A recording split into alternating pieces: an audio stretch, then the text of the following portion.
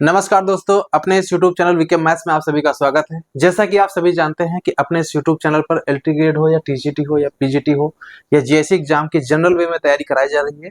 इसका मतलब यह है कि इन सभी एग्जामों में जितने भी क्वेश्चन जो है इसके प्रीवियस ईयर में जो भी क्वेश्चन पूछे गए हैं, हम टॉपिक वाइज जो है सारे क्वेश्चन कवर कर रहे हैं।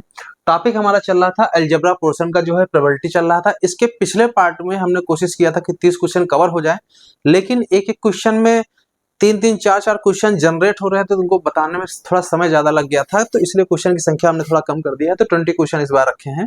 तो क्वेश्चन 20 जरूर होंगे, लेकिन इन 20 क्वेश्चंस को पढ़ने के बाद जो है आप कम से कम अगर उस तरह का क्वेश्चन कोई दूसरा आ जाए या उससे रिलेटेड और सारे कोई क्वेश्चन अगर बनेंगे तो वो आपके कवर हो जाएंगे। तो यहाँ पर थ्योरी और विद शॉर्टकट देखिए, प्रायिकता में जो है इसमें कोई बहुत बड़ी चीज होती नहीं, कैलकुलेशन बहुत छोटा सा होता है, लेकिन उस छोटे के पीछे कौन सा कॉन्सेप्ट लगता है ये जानना बहुत जरूरी है।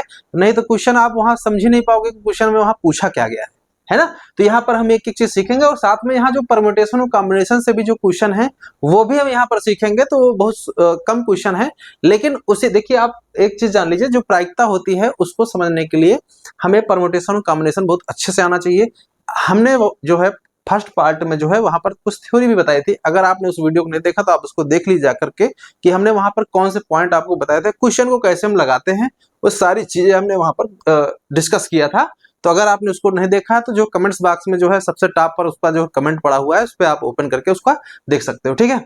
तो आज जैसे आपके सामने क्वेश्चन दे रखा हो, देखिए इसको लिखा, दो पासों को एक साथ फेंके जाते हैं तो दोनों पासों पर आने वाली संख्याओं का योगफल 7 होने की प्रायिकता क्या होगी।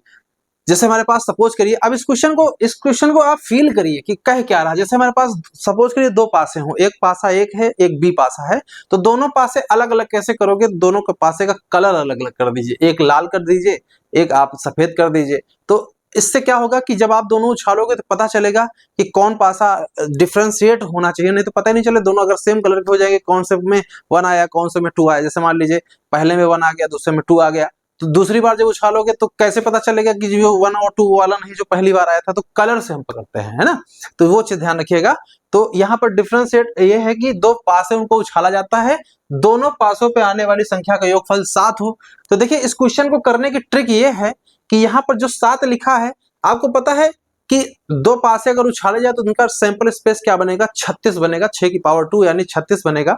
तो नीचे 36 रहेगा, ऊपर क्या रहेगा, ऊपर 7 लिखा तो 7 में एक कम कर दो, नहीं 6 कर दो, 6/36 यानी 1/6। सीधे सीधे इसका ये आंसर करेक्ट हो जाता है। तो ये पीजीटी परीक्षा 2013 का क्वेश्चन है, पढ़ के ही आंसर निकाला जाता है। तो यही सारी चीजें हम आपको बताने की कोशिश करेंगे कि यहाँ 7 नहीं 12 आ जाए, 11 आ जाए, 2 आ जाए, 3 आ जाए, 4 आ जाए, 5, कोई भी सम अगर क्वेश्चन पूछ ले आपसे तो फिर आप क्वेश्चन कैसे करोगे, वही चीज हम यहाँ पर सीखेंगे।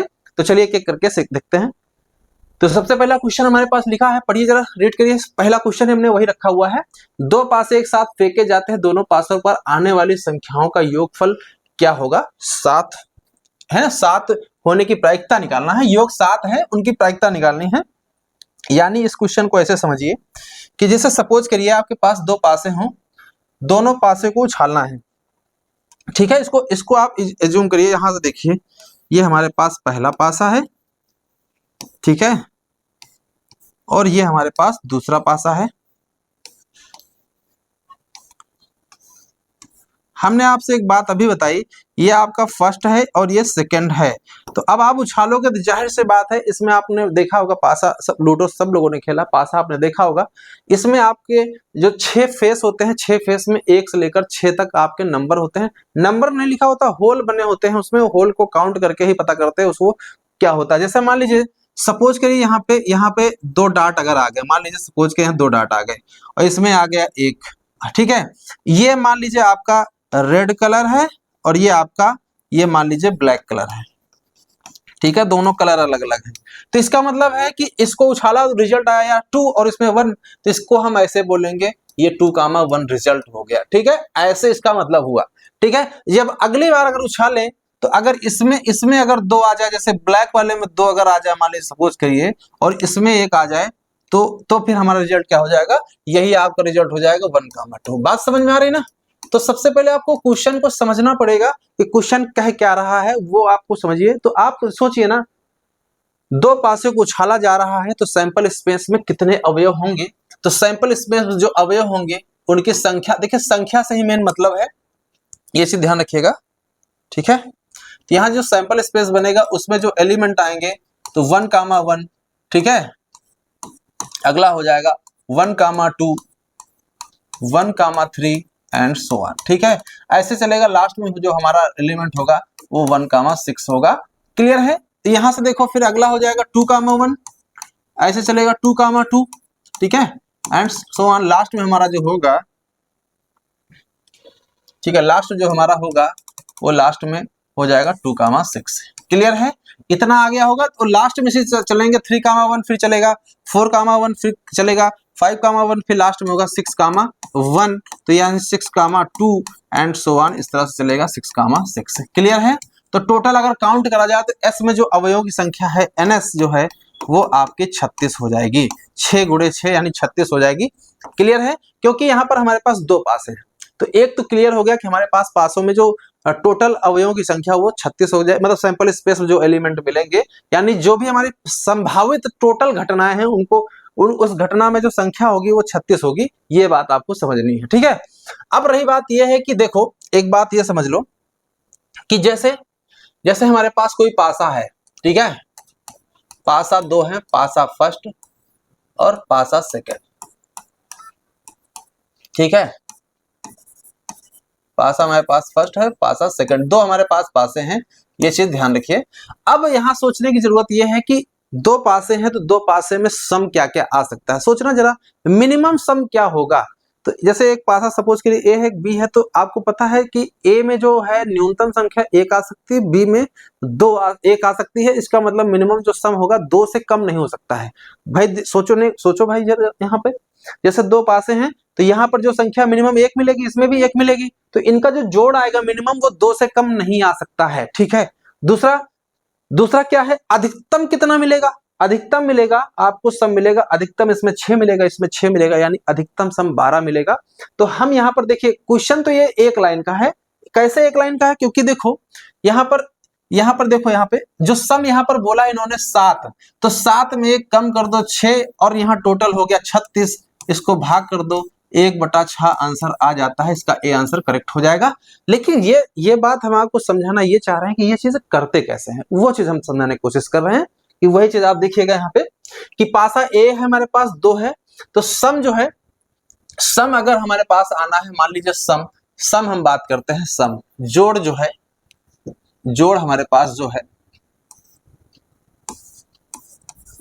सम, मिनिमम सम मिलेगा 2 और इसके बाद 3 मिलेगा, 4 मिलेगा, 5 मिलेगा, 6 मिलेगा, 7, 8, 9, ठीक है, इसके बाद 9, फिर 10, फिर 11, उसके बाद 12, ठीक है।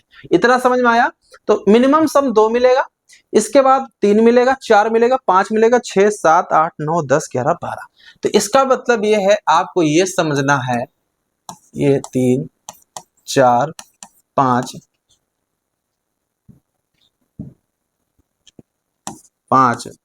6, 7, 8, 9, 10 और ये 11, टोटल 11 संभावनाएं हैं। इसका मतलब है कि 2 पासे अगर उछाले जाए तो उनमें जो जोड़ आएगा वो न्यूनतम 2 मिलेगा और अधिकतम 12 मिलेगा। इस क्वेश्चन को देखिए आप कैसे करते हैं। एक चीज बताइए, 2 सम मिलेगा तो हमारे पास आउटकम क्या आएंगे वो बताइए, आउटकम्स क्या आएंगे। तो 2 अगर आता है तो आउटकम आएंगे हमारे पास 1,1, ठीक है, यानी पहले भी पासे में 1 आ जाए, दूसरे में भी 1 आ जाए।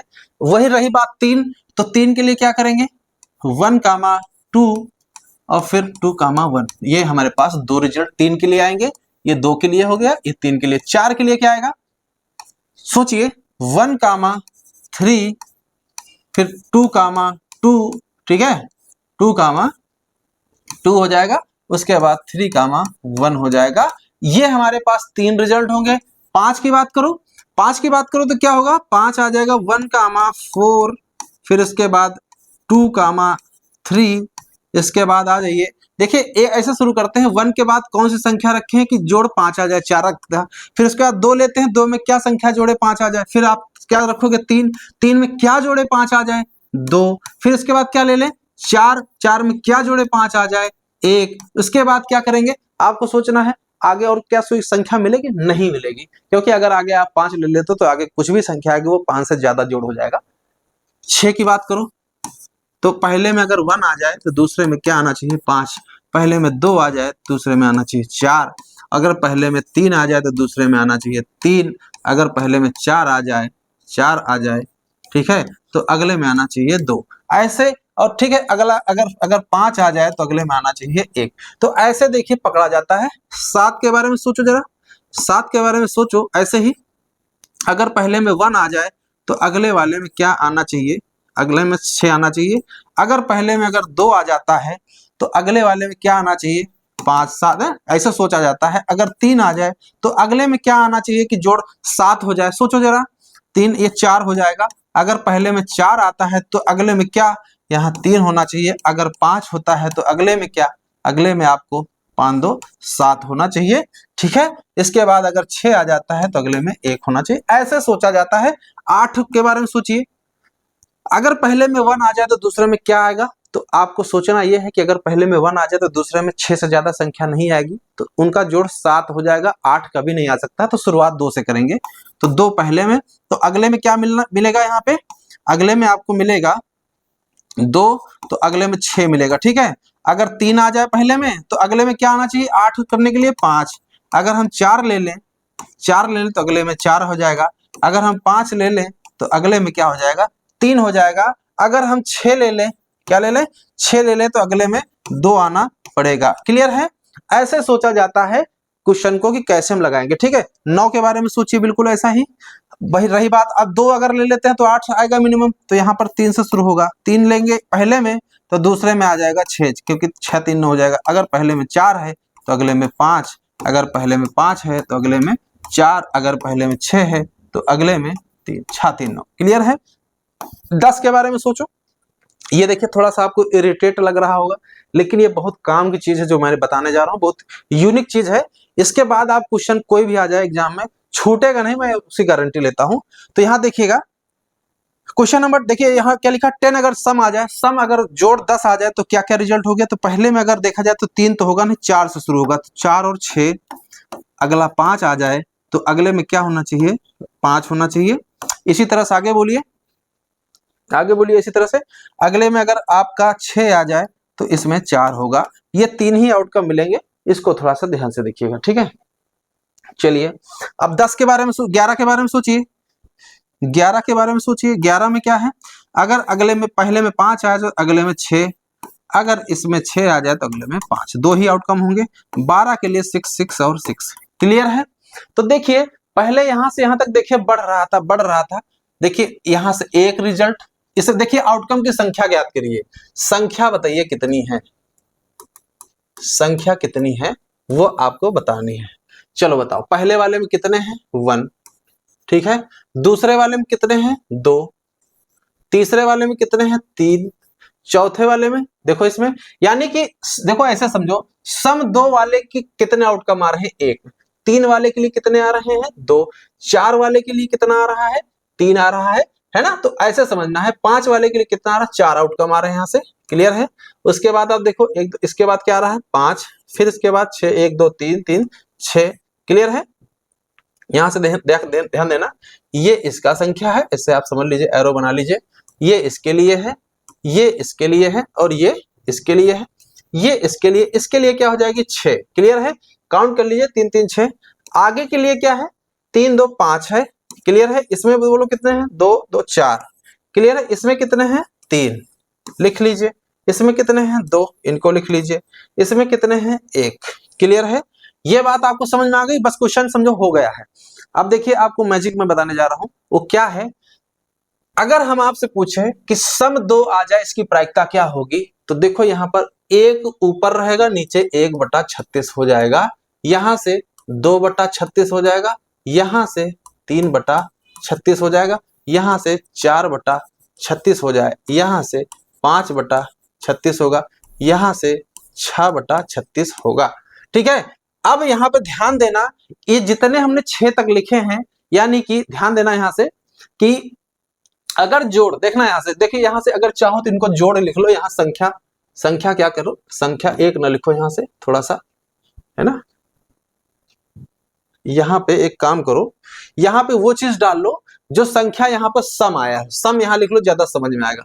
तो यहाँ पे सम जो है, सम यहाँ पे 2 आया है तो प्रायिकता आई है 1/6, 3 आया है तो 2/36, 36 आया है, अगर 4 आया है तो 3/36, 5 आया है तो 4/36, 6 आया है तो 5/36, और यहां से देखो 7 आया तो 6/36।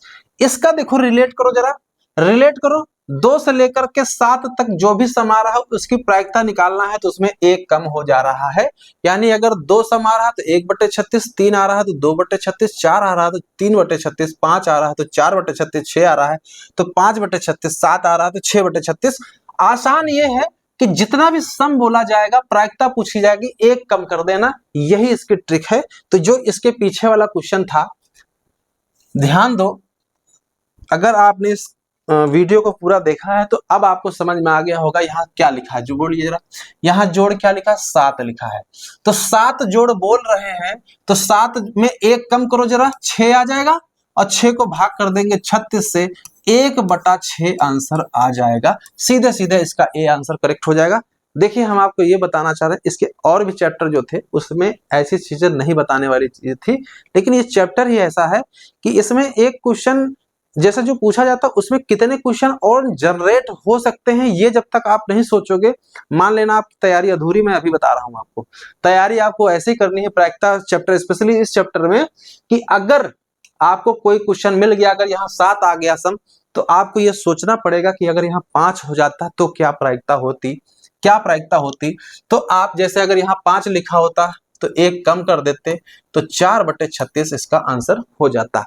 अगर यहाँ 2 सम होता तो 1/36 हो जाता, यहां से 6 आता तो 1 कम कर दो 6 में, 5/36। तो ये चीज आपको सीखनी पड़ेगी, तभी मजा आएगी पढ़ने में, नहीं तो फिर वही हो गया, एग्जाम में 7 के लिए तो आपने रट लिया, बाकी के लिए क्या करोगे, है ना। तो एक क्वेश्चन जरूर है, लेकिन इसमें जितने भी क्वेश्चन बन सकते वो सारे आपको आने चाहिए, ठीक है।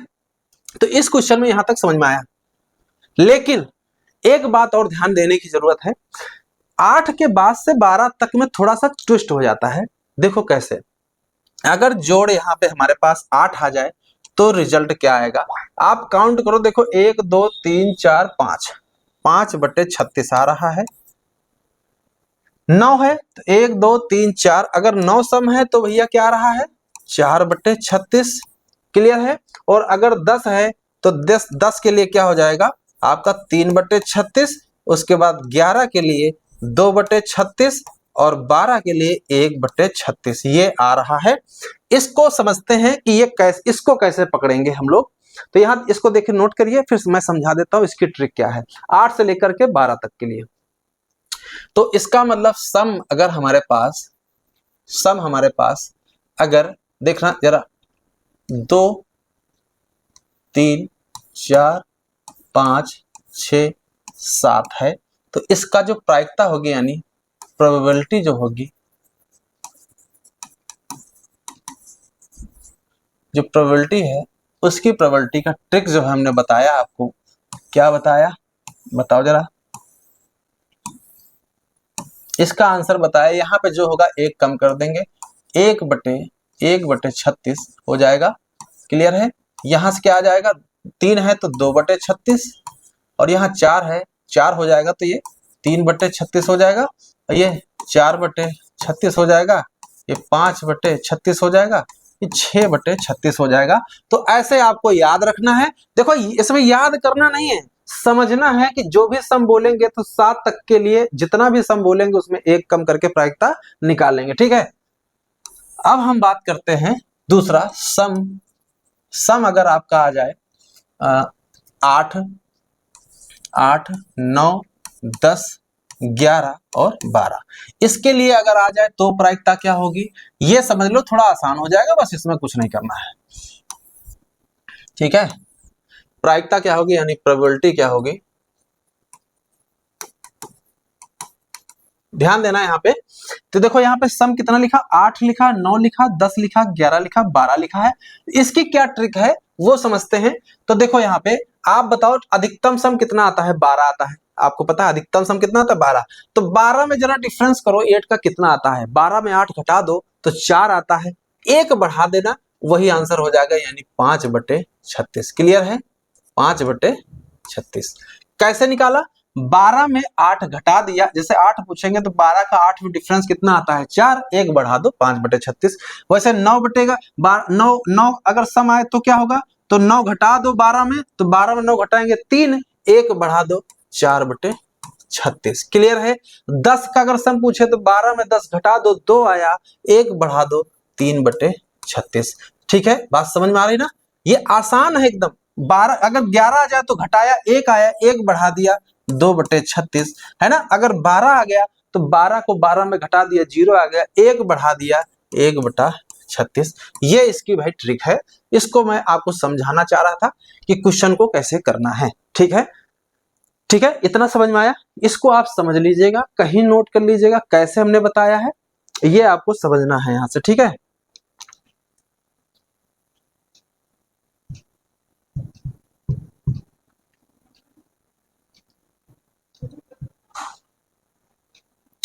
थोड़ा सा कुछ चीजें और हम आपको बता देते हैं। थोड़ा मैं आपको बता देता हूं क्वेश्चन, थोड़ा सा देखिए इसका फायदा क्या मिलता है। इसका फायदा ये मिलता है अगर आपसे पूछा जाए कि दो पासों को उछाला जाए। ठीक है, देखिए हम कितने क्वेश्चन जनरेट कर रहे हैं उनकी हम बात कर रहे हैं। अगर आपसे कहा जाए दो पासे उछाले जाएं अलग अलग, या ये कहा जाए कि एक पासा 2 बार उछाला गया, बात सेम है ना? बात सेम है, बस इससे कंफ्यूज मत होइए। चाहे दो पासे अलग अलग एक साथ उछालें, चाहे एक पासे को 2 बार करके उछाले, एक एक करके उछालें, तो वही सेम चीज काम करेगी हमारी। अब हम क्वेश्चन पूछते हैं कि सम जो है, दो पासों को उछालने पर जो सम है वो चीज greater than or equal to क्या आ जाए? मान लीजिए, या ग्रेटर न लो, लेस ले लो, less than or equal to 5 आ जाए। क्या आ जाए? यानी जो हम पासे उछालेंगे उन दोनों पासों में जो जोड़ है, जो सम है, वो जो है या तो 5 आ जाए या 5 से कम आ जाए। तो आप एक बात बताओ, सम क्या क्या हो सकता है, आप हमें ये बताओ। तो सम हमारा हो सकता है आपका शुरुआत होगी 5 से, एक कम करो, फिर उसके बाद 4 सम आ जाए, उसके बाद बोलो 4 आ जाए, फिर उसके बाद 3 आ जाए, फिर 2 आ जाए। यही तो मतलब हुआ इसका। यानी सम हमारा 5 आ जाए, 4 आ जाए, 3 आ जाए, 2 आ जाए, इसकी क्या प्रायिकता होगी? तो आप बताओ 5 आने की क्या प्रायिकता होगी? 5 में एक कम किया 4, 4 में एक कम किया 3, 3 में एक कम किया 2, 2 में एक कम किया 1, सबको जोड़ लो और नीचे 36 कर दो, यही इसका आंसर हो जाएगा। तो ट्रिक आपको समझ में आ रही होगी कि 5 या 5 से कम जोड़ आने की प्रायिकता क्या होगी। तो ऐसे क्वेश्चन करेंगे। तो ये अगर आपको टेबल अगर याद हो गई है तो ये काम करेगा। तो देखिए थोड़ा बोरिंग लग जरूर रहा होगा, लेकिन ये बहुत काम की चीजें जो हम आपको बताने की कोशिश कर रहे हैं। ठीक है, ये क्वेश्चन जो पहला क्वेश्चन था, इसीलिए वीडियो लंबी हो रही है और कोई कारण नहीं है। यहाँ पर जो क्वेश्चन ये पूछा गया था 1/6 जो आंसर आया है, इसके पीछे की कहानी क्या है, जो हम सोचते हैं तैयारी के करते समय, जो चीजें हम अपना एनालिसिस करते थे, उम्मीद कर रहे हैं कि आपको चीजें समझ में आ रही होंगी, आपके लिए यूजफुल होंगी। तो इनको आपको एक एक चीज समझना है। तैयारी देखिए करने का मैं तरीका बताने की कोशिश कर रहा हूँ, बाकी तैयारी आपकी ऑलरेडी हमसे अच्छी रही होगी या कर रहे होगे, है ना? बस मैं समझाने की कोशिश कर रहा हूँ, हो सकता है आपके लिए सारी चीजें नई हो, है ना, कुछ नया लग रहा हो, है ना? तो वही चीजें हम बताने की कोशिश कर रहे हैं, वो आपके एग्जाम के लिए बहुत ही ज्यादा यूजफुल होंगी। चलिए क्वेश्चन नंबर 2 देखते हैं क्या है, पढ़िए जरा। लिखा है polygon has 44 diagonals, the number of its side ना। यहां पर क्या पूछा गया है? एक पॉलीगन है यानी बहुभुज, पॉलीगन को बोलते हैं बहुभुज जो है ना? तो बहुत सी भुजाओं वाला।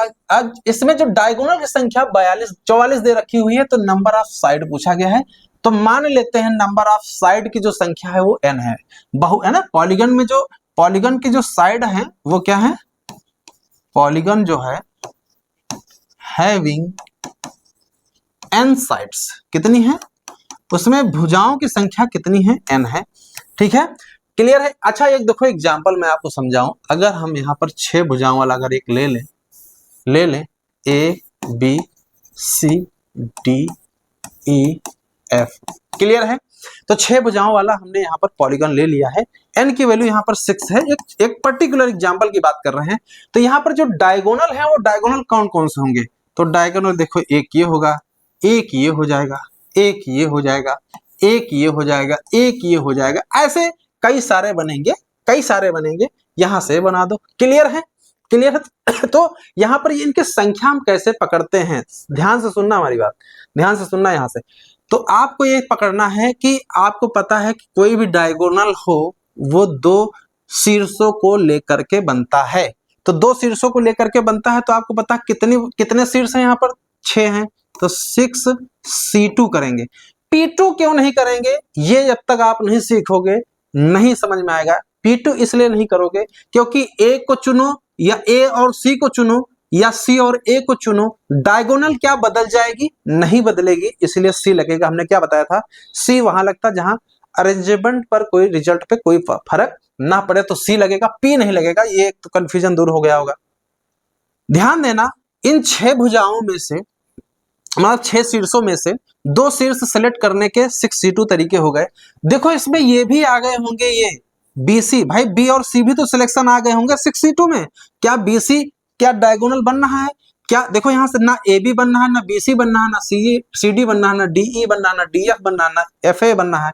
इसका मतलब यह है कि इसमें ये AB, BC, CD, DE, DF, FA भी संख्या ऐड हो गई है। तो कितनी ऐड हो गई, 6 ऐड हो गई है, तो हम माइनस कर देंगे। क्या कर देंगे, माइनस कर देंगे, क्योंकि 6 सिलेक्शन इसमें नहीं जरूरत, क्योंकि इसमें 6 सिलेक्शन में ये जो डायगोनल, ये डायगोनल थोड़ी है, ये तो भुजा है, इसको माइनस करना पड़ेगा। तो सोचो अगर n भुजाएं हैं तो n में से 2 चुनने के तरीके हो जाएंगे NC2, क्योंकि हमने मान लिया बहुभुज में भुजा की संख्या n है। अब कितना माइनस कर देंगे, जैसे यहाँ पर 6 भुजाएं थी तो 6 माइनस किया था, इसमें n भुजाएं हैं तो n माइनस करेंगे। ये हो गए नंबर ऑफ डायगोनल, जो कि बराबर है प्रश्न में 44 के। क्लियर है? ये किसके बराबर है, 44 के बराबर, 44 के बराबर है।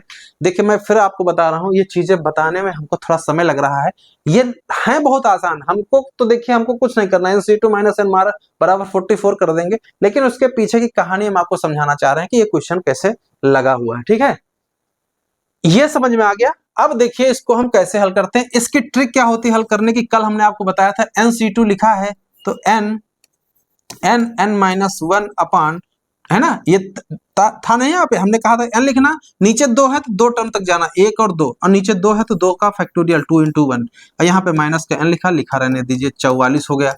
क्लियर है? n ले लीजिए कॉमन, तो हो जाएगा n, यहाँ से 2 इधर एलसीएम हो जाएगा n-2 अपान 2, तो 2 को इधर ना भेज करके इधर 88 कर दे रहे हैं, 88 कर दे रहे हैं। तो देखो ये हो गया n माइनस, देखिए यहाँ से 2, यहाँ 3 होगा, 2 नहीं होगा, इसको देख लीजिएगा, यहाँ 2 आएगा और एक 3 हो जाएगा, तो n-3। देखो अब देखो यहाँ से इसका हम फैक्टराइजेशन नहीं करेंगे। क्यों नहीं करेंगे वो समझिए, क्योंकि ये 88 लिखा है, 11 8 88 होता है, इसको लिखिए 11 गुणे 8, और 8 को भैया लिख सकते हो, ये देखो इसी तरह से लिख लो n-3 यानी 11-3।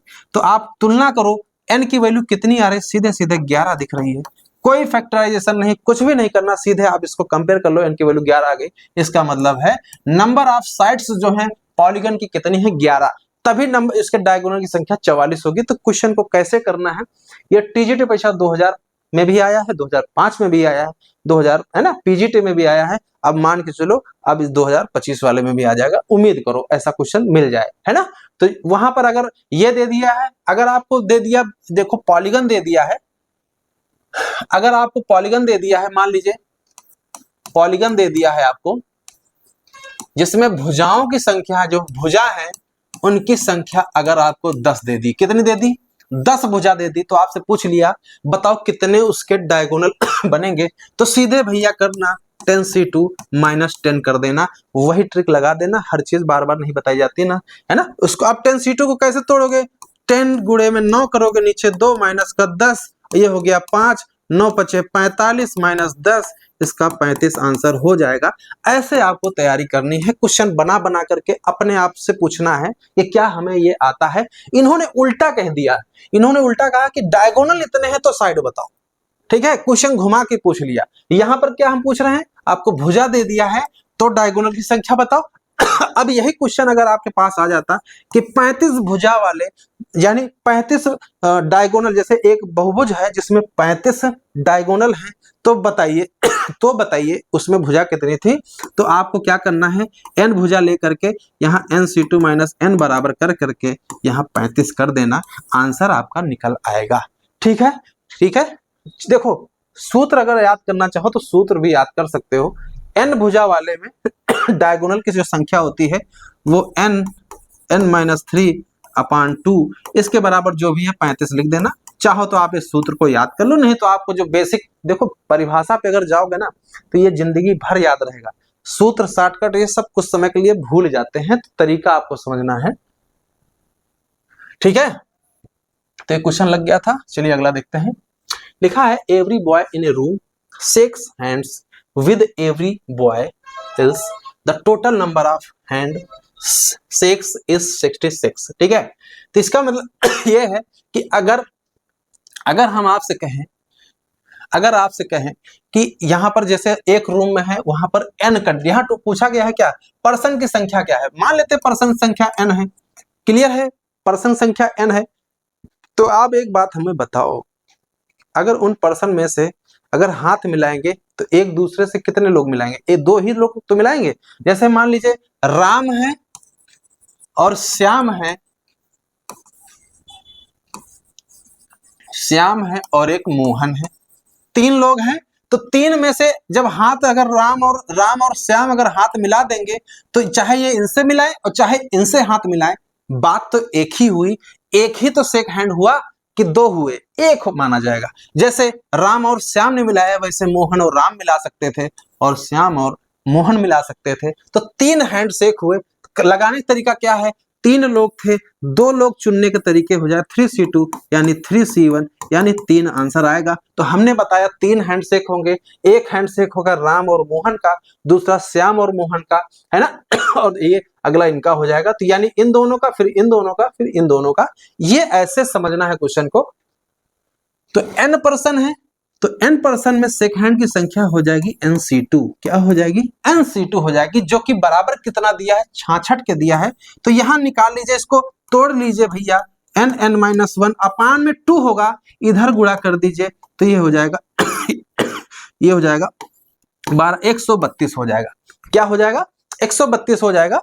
तो यहां देखो इसका फैक्टराइजेशन ऐसे करो, ऐसे करो, ये लिखा है 11 छक्के 66, क्या लिखा है 11 छक्के 66, और नीचे यहाँ जो 2 था इसको यहाँ भेज दिया।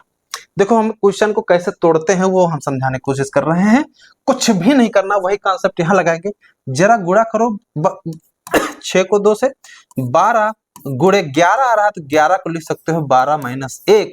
तुलना करो n की वैल्यू सीधे क्या दिख रही है, सीधे सीधे 12 दिख रही है, कुछ नहीं करने की जरूरत, ए इसका करेक्ट आंसर हो गया। ठीक है, तो क्वेश्चन को कैसे हल करते हैं, पीजीटी परीक्षा 2000 का क्वेश्चन था, वो हम बताने की कोशिश कर रहे हैं। ये आज का तीसरा क्वेश्चन था। अगला क्वेश्चन देखते हैं, यह है स्वतंत्र घटनाएं। स्वतंत्र घटना क्या होती है, स्वतंत्र घटना उसे कहते हैं जब एक घटना का, जैसे ए और बी दो घटनाएं हैं, तो बी घटना के घटने पर एक घटना घटने का कोई असर ना हो।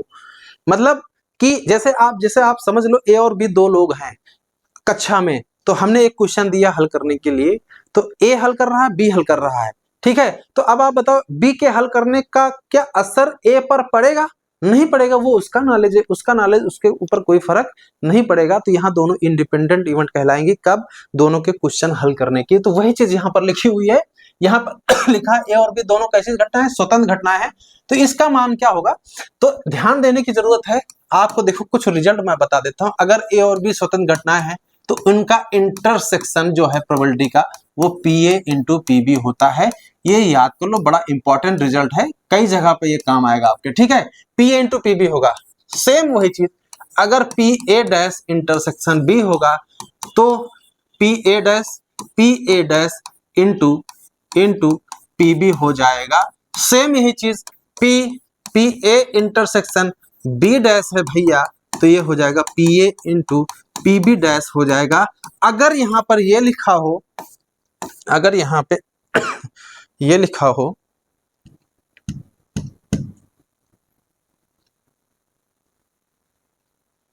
अगर यहां ये लिखा हो PA dash intersection B dash लिखा हो, तो ये हो जाता है P A dash into P B dash. Clear है? एक क्वेश्चन पूछा था हमने, 3 क्वेश्चन और अपनी तरफ से बना दिए हैं। ए इंटरसेक्शन बी बराबर P A into P B. A dash का मतलब ए सी ही समझना, ये यहां पर लिखा है, ठीक है, कॉम्प्लीमेंट ऑफ सेट ए वो लिखा है, इसको समझिएगा, ठीक है। तो यानी ए डैश इंटरसेक्शन बी बराबर हो जाएगा P A dash into P B. यहां पर बी पर डैश है तो दोनों को अलग अलग, दोनों पर डैश है दोनों का अलग अलग, बस ऐसे याद रखना है। इन चारों, जब अगर ए और बी स्वतंत्र घटनाएं हैं तो ये चारों केस होते हैं, आप याद रखना इस बात को। तो यहां पर लिखा है ए और बी स्वतंत्र घटनाएं हैं, तो P A dash intersection B, तो दोनों का प्रोडक्ट ही तो हो जाएगा। बड़ा आसान क्वेश्चन है, तो पी ए सी ये हो जाएगा, सीधे बी आंसर करेक्ट हो जाएगा, दोनों पे अलग अलग पी ए हो जाएगा, प्रोडक्ट में हो जाएंगे ये। अगर आ जाए तो भी आपको क्वेश्चन में कर लेना है, पीजीटी परीक्षा 2010 का क्वेश्चन था। चलिए आगे बढ़िए। क्वेश्चन लिखा है the probabilities that A and B will die within year, ठीक है, यानी एक साल में दोनों के मरने की प्रायिकता दी है क्या? हाँ यह दिया है। यानी कि आपसे कहें अगर ए घटना मरने की घटना है तो पी ए बराबर क्या होगा, आप बताओ पी ए बराबर क्या होगा?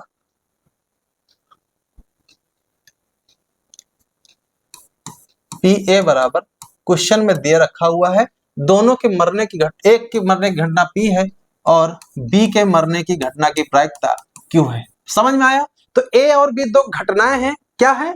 ए और बी के मरने की घटना है, क्या है? मरने की घटना है, ठीक है। चलो लिखा है then probability of that only one of them will alive.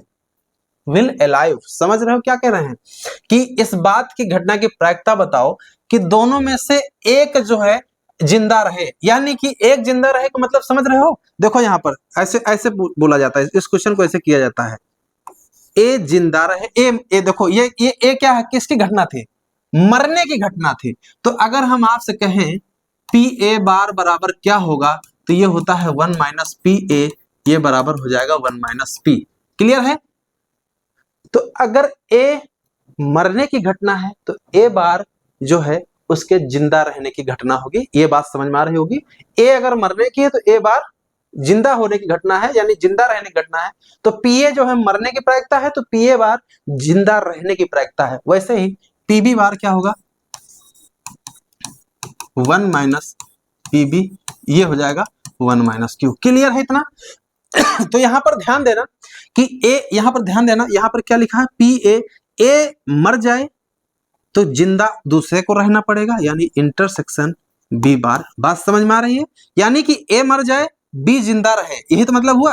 तभी तो यहां बोला गया है, यहां लिखा है only one of them will be alive at the end of year, यानी दोनों में से एक जिंदा रहना चाहिए। तो अगर हम कहते हैं बी जिंदा रहेगा तो ए को मरना पड़ेगा। या दूसरा केस ये भी तो हो सकता है, ये भी तो हो सकता है यहाँ पे ए जिंदा रहे और बी मर जाए, यही तो होगा। अब यहाँ पर ध्यान दो भैया, दोनों के मरने पर का असर एक दूसरे पर पड़ेगा क्या? ए मरे चाहे बी मरे, दोनों इंडिपेंडेंट हैं। तो देखो यही चीज अभी मैंने आपको बताया था, ये समझो ये कॉम्प्लीमेंट लिखा है, इसको आप डैश समझो, चाहे तो इसको ऐसे बी बार को आप चाहे बी डैश समझो और चाहे बी की पावर सी समझो, एक ही मतलब है। तो अभी आपको बताया अगर ये दोनों, अगर ए और बी इंडिपेंडेंट है तो ये हो जाता है P A into P B bar, और ये हो जाता है P A bar into P B हो जाता है। ये बात आपको समझ में?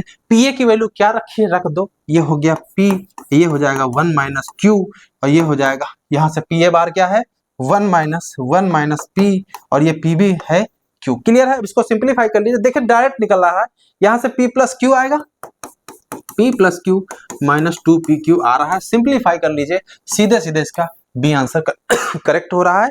तो बात आपको समझ में आई होगी कि कैसे क्वेश्चन को करना है, ठीक है। तो यहां पर बोला गया था कि उनमें से केवल एक जिंदा रहे। क्लियर है? तो ऐसे क्वेश्चन को किया जाता है। चलिए आगे बढ़ते हैं। अच्छा, अगर आपसे ये पूछ लिया जाए कि दोनों जिंदा ना रहे, क्या पूछे आपसे? दोनों जिंदा ना रहे, तो इसका मतलब है कि P A intersection P B पूछा जा रहा है, और इसका सीधे आंसर होगा P A into P B हो जाएगा। इसकी वैल्यू पी, इसकी value Q, P Q answer आ जाएगा। तो क्वेश्चन घुमा दिया जाए तो आप कंफ्यूज मत होइए, ऐसे करना है। या आपसे ये पूछ लिया जाए कि जैसे जैसे हमने पूछा आपसे दोनों जिंदा ना रहें, अगर आपसे ये पूछ लिया जाए भैया कि दोनों जिंदा रहें तो P A bar intersection B bar, तो इसका आपको सीधे बताया हमने P A bar into P B bar यानी 1 minus P into 1 minus Q, ये आंसर हो जाएगा। तो क्वेश्चन को हम पकड़ेंगे कैसे, एक क्वेश्चन पूछ रहा तो 4 क्वेश्चन हम अपनी तरफ से तैयार कर सकते हैं, तो ये चीज समझना था। चलिए आगे बढ़ते हैं। इसका हमने आंसर लगाया था, हाँ टिक किया था। अगला देखिए, लिखा है 2 थैलों में, 2 थैलों में से एक थैले में 3 1 रुपए के सिक्के हैं और 6 क्या है 5 रुपए के सिक्के हैं। दूसरे थैले में 2 1 रुपए के सिक्के हैं और 7 5 रुपए के सिक्के हैं। यादच्छा एक थैला चुना गया और इसमें इससे एक सिक्का यादच्छा लिया गया, प्रायिकता ज्ञात कीजिए कि वह 5 रुपए का सिक्का है। क्वेश्चन है, देखते हैं। अच्छा क्वेश्चन है, इसको हम समझते हैं।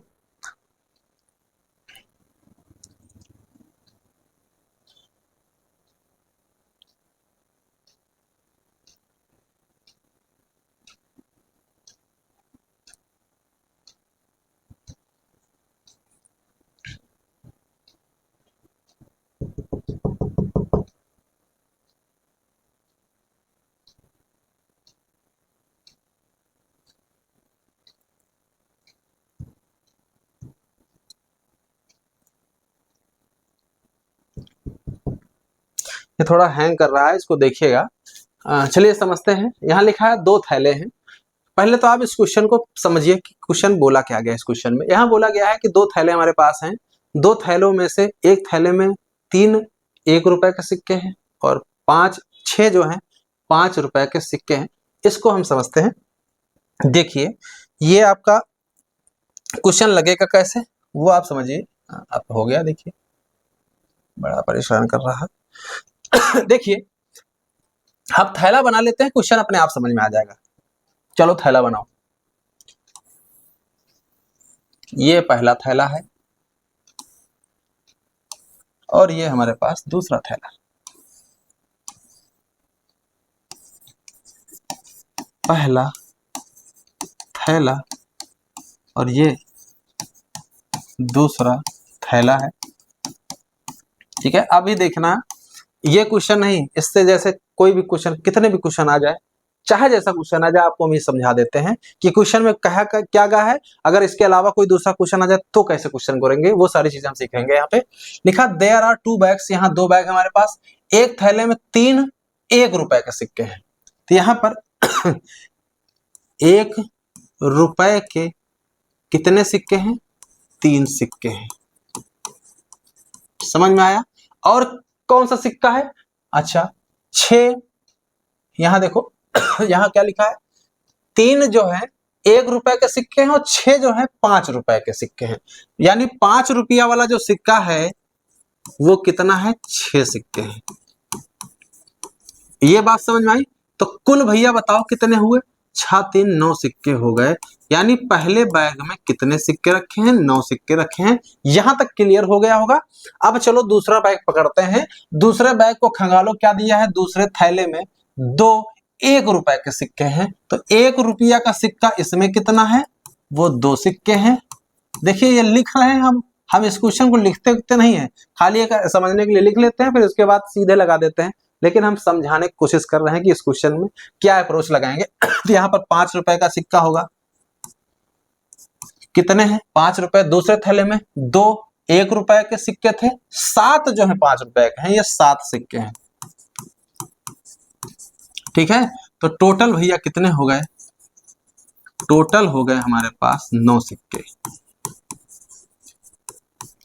देखो अब बड़ा पॉइंट ये है, एक मेरे पास डेटा मिल गया जो आपको विजुअल बता रहा है। यहाँ पर एक बैग है जिसके, अब देखो क्वेश्चन को पढ़ने की जरूरत नहीं है। ये बैग है, 3 सिक्के इसमें हैं, 1 रुपए के, 6 सिक्के इसमें 5 रुपए के ना। यहाँ पर किसने 2 सिक्के 1 रुपए के हैं और 7 सिक्के 5 रुपए वाले हैं। यानी कि टोटल संख्या 9 सिक्के इसमें भी है, 9 सिक्के इसमें भी हैं। तो 2 बैग हैं तो अभी तक आपने क्वेश्चन जो हल किया होगा वो एक बैग से निकालते थे 2 सिक्के, 3 सिक्के, 4 सिक्के। अब यहाँ पर क्या होगा, हमारे पास 2 अलग अलग बैग हैं। तो 2 अलग अलग बैग हैं, तो यहाँ पर देखो क्या लिखा है, यादृच्छा से एक थैला चुना गया, इससे एक सिक्का यादृच्छा लिया गया, प्रायिकता ज्ञात कीजिए कि यह सिक्का क्या हो, यह सिक्का 5 रुपए का सिक्का हो। क्लियर है? यानी कि आंख बंद करो, जैसे हम आपकी तरफ देख रहे हैं, और ऐसे करके हम बैग चुने। यादृच्छा चुनने का मतलब क्या है, अगर आपने देखा और दूसरा बैग चुन लिया देख करके, तो उसको रैंडम नहीं बोलते, एट रैंडम बोलते हैं उसको, कि आपने दोनों में से कोई एक बैग चुना और एक बॉल निकाली, उस बॉल क्या, सिक्का निकाला, एक सिक्का निकाला, और उस सिक्के को क्या है, 5 रुपए का सिक्का होने की प्रायिकता ज्ञात करनी है। कितने रुपए के, 5 रुपए का सिक्का ज्ञात करनी है। तो देखिए हम करते कैसे इस क्वेश्चन को। तो मान लेते हैं एक घटना हमारी क्या है, 5 रुपए सिक्का होने की, क्या है 5 रुपए सिक्का होने की। तो एक बात हमें बताना जरा, अगर हम पहला बैग चुन लेते तो 5 रुपए सिक्का होने की प्रायिकता क्या होगी। तो एक चीज आप बताओ, अगर हम पहला बैग और दूसरा बैग के चुनने की घटना E1 और E2 ले लेते हैं, पहला बैग चुनने की घटना E1 है, दूसरा हमारा E2 है, तो आपने बहुत अच्छे से पढ़ा होगा, दो में से एक बैग चुनने की घटना यानी PE1 बराबर PE2 वो बराबर किसके होगी, वो 1/2 के होगी। यानी कि दोनों में से एक बैग चुनने की, यानी अगर पहला बैग चुनने की घटना की प्रायिकता होगी 1/2, दूसरे बैग की चुनने की प्रायिकता 1/2। आ गई यहां तक समझ में आया। अब यहां पर हम बात करें कि यानी अगर हम बात करें PA/E1 की, E1 का क्या मतलब है, E1 का मतलब है कि पहला बैग चुन लिया, A का मतलब है, A हमारे पास क्या घटना है, 5 के सिक्का होने की। तो अगर E1 बैग चुना तो 5 के सिक्का होने की प्रायिकता क्या होगी, तो 6 सिक्का 5 के हैं और टोटल 9 है, तो 6/9 आंसर हो जाएगा। यहां बोलो भैया क्या हो जाएगा, यहां पर आंसर हो जाएगा PA/E2। इसका क्या मतलब है, दूसरा अगर दूसरा बैग चुने होते तो क्या प्रायिकता होती, 5 का सिक्का होने की, तो 7/9 आंसर होता। यहां तक समझ में आया, यहां तक समझ में आया। आपको अच्छे से याद होगा इसका सूत्र होता है PE1 PA/E1 plus PE2 PA/E2। यहां समझ में आया ठीक है। अब ये वैल्यू 1/2 है और गुणे में ये वैल्यू कितनी थी, यहां से आई है 6/9 और प्लस का 1/2 उसको कर दीजिए और इसकी वैल्यू आई है 7/9। तो 9 दूनी 18, नीचे दोनों का 6 5 6 7 हो जाएगा 13 और ये हो जाएगा 9 दूनी 18। तो 13/18 है क्या, कहीं दिख तो रहा साफ साफ। ये NVS TGT परीक्षा 2016 का क्वेश्चन था। क्वेश्चन को कैसे कर रहे थे हम आपको बताने की कोशिश कर रहे हैं। यहां पर देखिए यहीं से बेस थ्योरम भी लगती है। बेस थ्योरम में क्या होगा, देखो बेस थ्योरम कैसे लगती है, वहां पर बिल्कुल ऐसा होगा कि आप कहेंगे एक सिक्का निकाला, ठीक है, एक सिक्का निकाला, वो पाया गया 5 रुपए का सिक्का। कितने का पाया गया, 5 रुपए का सिक्का। अब इस बात की प्रायिकता बताओ कि वो पहले बैग से निकाला गया हो। इस बात की ये पूछ लिया जाए, इस बात की प्रायिकता बताओ कि वो दूसरे बैग से निकाला गया हो। ऐसे ऐसे क्वेश्चन, अजीब अजीब क्वेश्चन पूछते हैं। तो क्वेश्चन को देखिए, अब देखो हम आपको क्वेश्चन बना के देते हैं। देखो ये क्वेश्चन जो इतना आपको कठिन लग रहा होगा ना, कठिन नहीं लगेगा। देखो अभी आपको समझ में आ जाएगा। इसी क्वेश्चन को हम उसमें बाल में कन्वर्ट कर देते हैं। चलो हमारे पास रेड जो है, रेड बाल हमारे पास 6 हैं और ब्लैक बाल हमारे पास 5 हैं, तो टोटल हो गए 11, ठीक है। और यहाँ पर बोले रेड जो बाल हमारे पास हैं वो 5 हैं, 5 न ले लो 7 ले लो, और ब्लैक बाल ले लो, वो ले लिया हमने 4 ले लिया, तो ये भी 7 4 क्या हो गया 11। और चेंज कर दो डेटा, थोड़ा सा चेंज कर दो, टोटल कुछ और कर दो। चलो ये कर देते हैं, ये आपका 11 7 4 11 हो गया, ठीक है। मतलब टोटल सा नहीं मतलब है, बस ये रखना है कि बैग 2 है, दोनों में सेम चीज है, बस संख्या बदली हुई है। पहले वाले बैग में रेड बॉल हमारे पास कितनी है 6 है, दूसरे में ब्लैक वाली 5 है। डेटा सेम है, बस रेड ब्लैक है, वही चीज है, बस संख्या बदली हुई है। यहाँ पर रेड 7 है, ब्लैक 4 है, टोटल दोनों का 7 4 11 6 5 11 सेम है। इसको रखा, ये कोई नीड नहीं होती है यहाँ पर 12 भी सम आ जाए तो भी चलेगा, यहाँ पर 5 कर लो तो 12 आ जाएगा, 1 बढ़ जाएगा। ठीक है, तो इससे आप कंफ्यूज मत होइएगा। अब हम आपसे पूछें, एक बॉल निकाली, क्या किया, एक बॉल निकाली और उसके लाल होने की प्रायिकता क्या होगी। तो देखो इसका सीधे सीधे प्रायिकता जो घटना हो जाएगी पी ए बराबर, तो लाल होने की प्रायिकता बताओ, इस बैग में अगर लाल बैग चुनते तो क्या होती प्रायिकता, तो 6/11 होती, और इसमें चुनते तो बोलो क्या होती रेड, 7/11 होती। क्लियर है। तो ये कब चुनते, जब पहला बैग चुनते, पहला बैग चुनने की घटना 1/2 प्रायिकता, इसकी 1/2 प्रायिकता, गुणा कर देते, दोनों को जोड़ देते, सीधे आंसर हो जाता 6/11 दूना 22, ये हो जाएगा 7/11 दूना 22, ऊपर जोड़ लो तो 13/22 इसका आंसर हो जाता। तो था ना क्वेश्चन आसान एक लाइन का।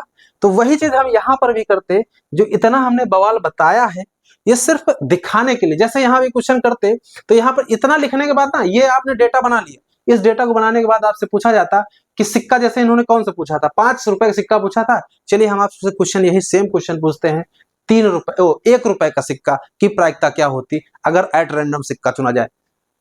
तो बताना इसका आंसर, बताना जरा, डायरेक्ट बताना, डायरेक्ट बताना, कोई सूत्र नहीं, सीधे। तो इसको अगर चुनते इस बैग को, तो इस बैग को चुनने की प्रायिकता 1/2, ठीक है, पहले बैग चुना, बैग चुनने के बाद 1 रुपए का सिक्का होने की प्रायिकता क्या होगी, 3/9 होगी कि नहीं होगी, क्योंकि 3 सिक्के हैं हमारे पास 1 रुपए के। तो ये चीज ध्यान रखना, ठीक है।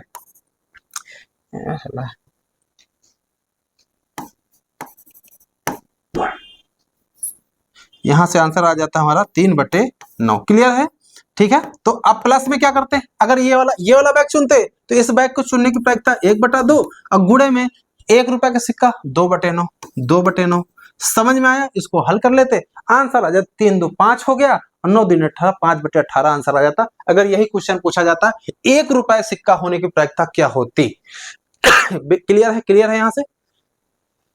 तो ये चीज ध्यान रखना भैया, ये आसान है, बहुत आसान है, इसको कठिन मत बनाइए, है ना। इसको क्वेश्चन को थोड़ा सा विजुअल करिए, आसान लगेगा, जैसे हमने आपको बताया यहाँ पर। जैसे यहाँ पर हमने कहा, क्या पूछा था आपसे, रेड बॉल आ जाए तो 1/2 6/11 किया, और यहां से क्या 1/2 7/11 किया। यही अगर आपसे क्वेश्चन पूछते, रेड ना पूछते, ब्लैक बॉल, यानी प्रायिकता पूछते ब्लैक बॉल होने की, ठीक है। तो ब्लैक बॉल होने की प्रायिकता, पहले इस बैग को चुनने की प्रायिकता 1/2, और ब्लैक बॉल हो जाएगा गुणे में 5/11 हो जाता। यहाँ तक क्लियर हुआ, ठीक है। अब यहां से इस वाले बैग को चुनते तो प्लस का 1/2 करते, और साथ में यहां से ब्लैक है 4, तो 4/11 आंसर आ जाता। ये आपको सोचने की जरूरत है, 5 4 9 और 11 दूना 22 इसका आंसर हो जाता। ऐसे क्वेश्चन को समझना है, ऐसे क्वेश्चन को करना है, ठीक है। तो चलिए आगे बढ़ते हैं, पढ़िए जरा क्या लिखा है। 7वां क्वेश्चन है। हमको लग रहा है आज भी वीडियो काफी लंबी हो जाएगी, हमको लग रहा है, हम कोशिश करते हैं कि थोड़ा शार्ट हो जाए, लेकिन पढ़ाते पढ़ाते ऐसी चीजें निकलना शुरू हो जाती हैं, है ना। प्लान कुछ नहीं होता है प्लान होता है क्वेश्चन कराना है, और पता चलता है उसमें 2 4 क्वेश्चन और एक्स्ट्रा चले जा रहे हैं, है ना। तो वो थोड़ा सा लंबा हो रहा है, तो उसको झेलिएगा आप लोग, है ना। अगर आपको इरिटेट लग रहा है तो बता दीजिएगा, हम क्वेश्चन को डायरेक्ट कराएंगे। कमेंट्स बॉक्स में जरूर बताइएगा कि जो चीजें हम बता रहे हैं क्या वो आपको आपके लिए बेनिफिट है, या हम डायरेक्ट क्वेश्चन को, जैसे क्वेश्चन पूछे डायरेक्ट हम करा दें, ये जरूर बताइएगा, ताकि हमको लगे कि हाँ हम सही चल रहे हैं या गलत चल रहे हैं, ठीक है। प्रयागराज लिखा है ना, ये क्या लिखा, प्रयागराज है कुछ हो रहा है, प्रयागराज लिखा है के अक्षरों के क्रमचय की संख्या ज्ञात कीजिए। तो क्रमचय, क्रम का चयन करना है, तो गिनो भैया, 1 2 3 4 5 6 7 8 9 है क्या, 1 3 3 6 3 9, तो ऊपर तो 9 फैक्टोरियल रहेगा ही रहेगा। क्लियर है। तो अब नीचे क्या रहेगा जो रिपीट कर रहा है, रिपीट क्या कर रहा है, देखो R यहाँ 2 बार आया है, 3 यहाँ देखो 3 जो है A आया है, तो यहाँ पर 2 फैक्टोरियल और बटे में 3 फैक्टोरियल हो जाएगा। इसको हल कर लेते हैं, इसको लिखेंगे 9 गुणे, यहां से हो जाएगा क्या बोलिए, 9 गुणे 8, 8 गुणे 7 गुणे 6 फैक्टोरियल आप लिख सकते हो 720, है ना। उसको आप लिखने की जरूरत नहीं है। यहाँ पर 2 गुणे 6 हो जाएगा, इसको आप हल कर दिए 4 बार चला जाएगा, और ये 2 बार, और ये 2 3 6, ठीक है, फिर 3 तक का 9। क्लियर क्लियर है। ये 3 दूनी 6 हो जाएगा, और 6 7 42 हो जाएगा, यानी 42 गुणे 720। क्लियर है। तो लास्ट में तो जीरो रहेगा, इसको गुणा करना चाहो तो आप एक काम करो, जीरो का आप अलग कर लीजिए, जीरो का आप अलग कर लीजिए, आप इसको मल्टीप्लाई कर लीजिए, ये हो गया 2 2 4 और ये 8, ये 7 दूनी 14, 7 चौक 28 1 29, ये 4 हो गया 12, ये 0 3 और 0 3 0 2 4 0, ठीक है 30 0 2 4 0 बी आंसर दिख रहा है।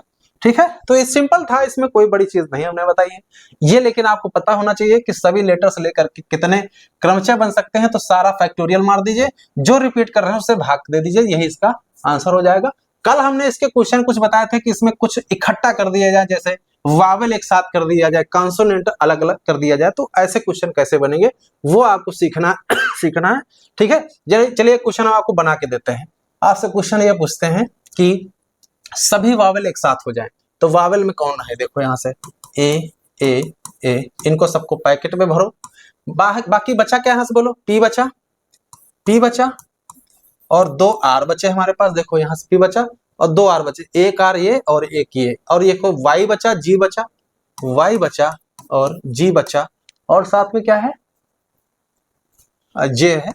गिन लीजिए, देखिए 1 2 3 4 5 6 7 8 9 लेटर हो गए। तो ध्यान देना, हमने कहा सभी स्वर को एक साथ रखना है, बाकी आप उनको अलग अलग कर दीजिए। तो कितना तरीके से बन सकता है अरेंजमेंट, 1 2 3 4 5 6, इसको हम एक समझेंगे, 7 लेटर हो गए तो 7 फैक्टोरियल। अब बताओ इसमें से रिपीट क्या कर रहा है, इसको नहीं छेड़ेंगे, ये ऐसे रहेगा। इसको हम कैसे कर सकते हैं, देखो 8 2 12 है, नीचे 2 फैक्टोरियल से डिवाइड कर दे, ये आंसर हो जाएगा इसका। ठीक है, क्लियर है, ऐसे क्वेश्चन करना है। अगर सारे कॉन्सोनेंट को एक साथ करते तो उसका तरीका अलग हो जाता। देखो सारे कॉन्सोनेंट को एक साथ करके कैसे बनेगा, तो पी आर आर और क्या है वाई जी जे, इनको एक पैकेट में भर दीजिए, बाहर क्या कर दीजिए ट्रिपल ए कर दिया। अब इसका आंसर बताइए क्या होगा, आप बताइए आंसर, फिर हम बताते हैं। सारे कॉन्सोनेंट को एक साथ रखा, वावेल अलग घूमेंगे, कहीं भी घुमाइए इनको, कोई कितना लेटर है बोलो, 1 2 3 4, तो 4 अलग अलग लेटर हैं तो 4 फैक्टोरियल। रिपीट क्या कर रहा है, 3 ए है तो 3 फैक्टोरियल डिवाइड कर दिया। लेकिन प्रयागराज अंदर है, ये भी तो आगे से घूमेंगे, आपस में बदलेंगे, तो ये कितने तरीके से घूमेंगे, तो 1 2 3 4 5 6, तो ये 6 फैक्टोरियल से, और अंदर इसके अंदर रिपीट क्या कर रहा है आर, तो 2 फैक्टोरियल से डिवाइड कर देंगे, ये हो जाएगा। अब आप कहोगे यहाँ तो ए कर रहा था, किया नहीं, तो किया ए 3 फैक्टोरियल से किया, लेकिन 3 फैक्टोरियल से डिवाइड भी कर दिया, तो कट के क्या आ गया, 1 आ गया, तो वो चीज हमने नहीं किया है, तो इसको समझने की जरूरत है। तो क्वेश्चन कैसे किया था वो हम बताने की कोशिश करें। क्वेश्चन नंबर 7वां था और ये आया था बीपीएससी पीजीटी परीक्षा 2023 का क्वेश्चन था। चलिए आगे बढ़ते हैं। क्वेश्चन क्या है, एक थैले में 8 लाल हैं, 5 सफेद गेंदे हैं, तो ये तो एक बैग वाला है। देखो 2 बैग वाला भी बताया था, ये एक बैग वाला आ गया है, तो 2 बैग एक बैग हमारे पास, ठीक है। लाल कितनी है, वो 8 है, और सफेद कितनी है, सफेद हमारे पास कितनी है 5। अगर आपको ध्यान हो तो ये क्वेश्चन हमने कल बताया था, इसको बताने की जरूरत नहीं है, ये क्वेश्चन अपने आप लगा सकते हो। यादृच्छिक 3 गेंदें निकाली जाती हैं, तो टोटल है कितनी, 8 5 13, टोटल 13 गेंदें हैं कुल। ठीक है, तो एक बात बताओ, प्रायिकता निकालनी है तो टोटल कहाँ रखते हैं, नीचे, तो 13 में से 3, 13 C3 आंसर हो जाएगा। एक तो ये हो गया। दूसरा ये है, इन्होंने कहा है कि एक लाल हो और 2 सफेद हो, 3 तो निकालना है, लेकिन एक लाल हो तो 8C1 होगा, और 2 सफेद हो जाएंगे तो 5 में से ही 2 उठाएंगे तो 5C2 हो जाएगा। कल अगर पहला पार्ट देखा होगा तो ये आपका हलवा क्वेश्चन लगा होगा। कैसे ये यूपीपीएससी एल्ट्री ग्रेड का देखिए क्वेश्चन है, बड़े आसान क्वेश्चन आते हैं, है ना। तो कैसे करते हैं वो हम देखते हैं यहाँ पे।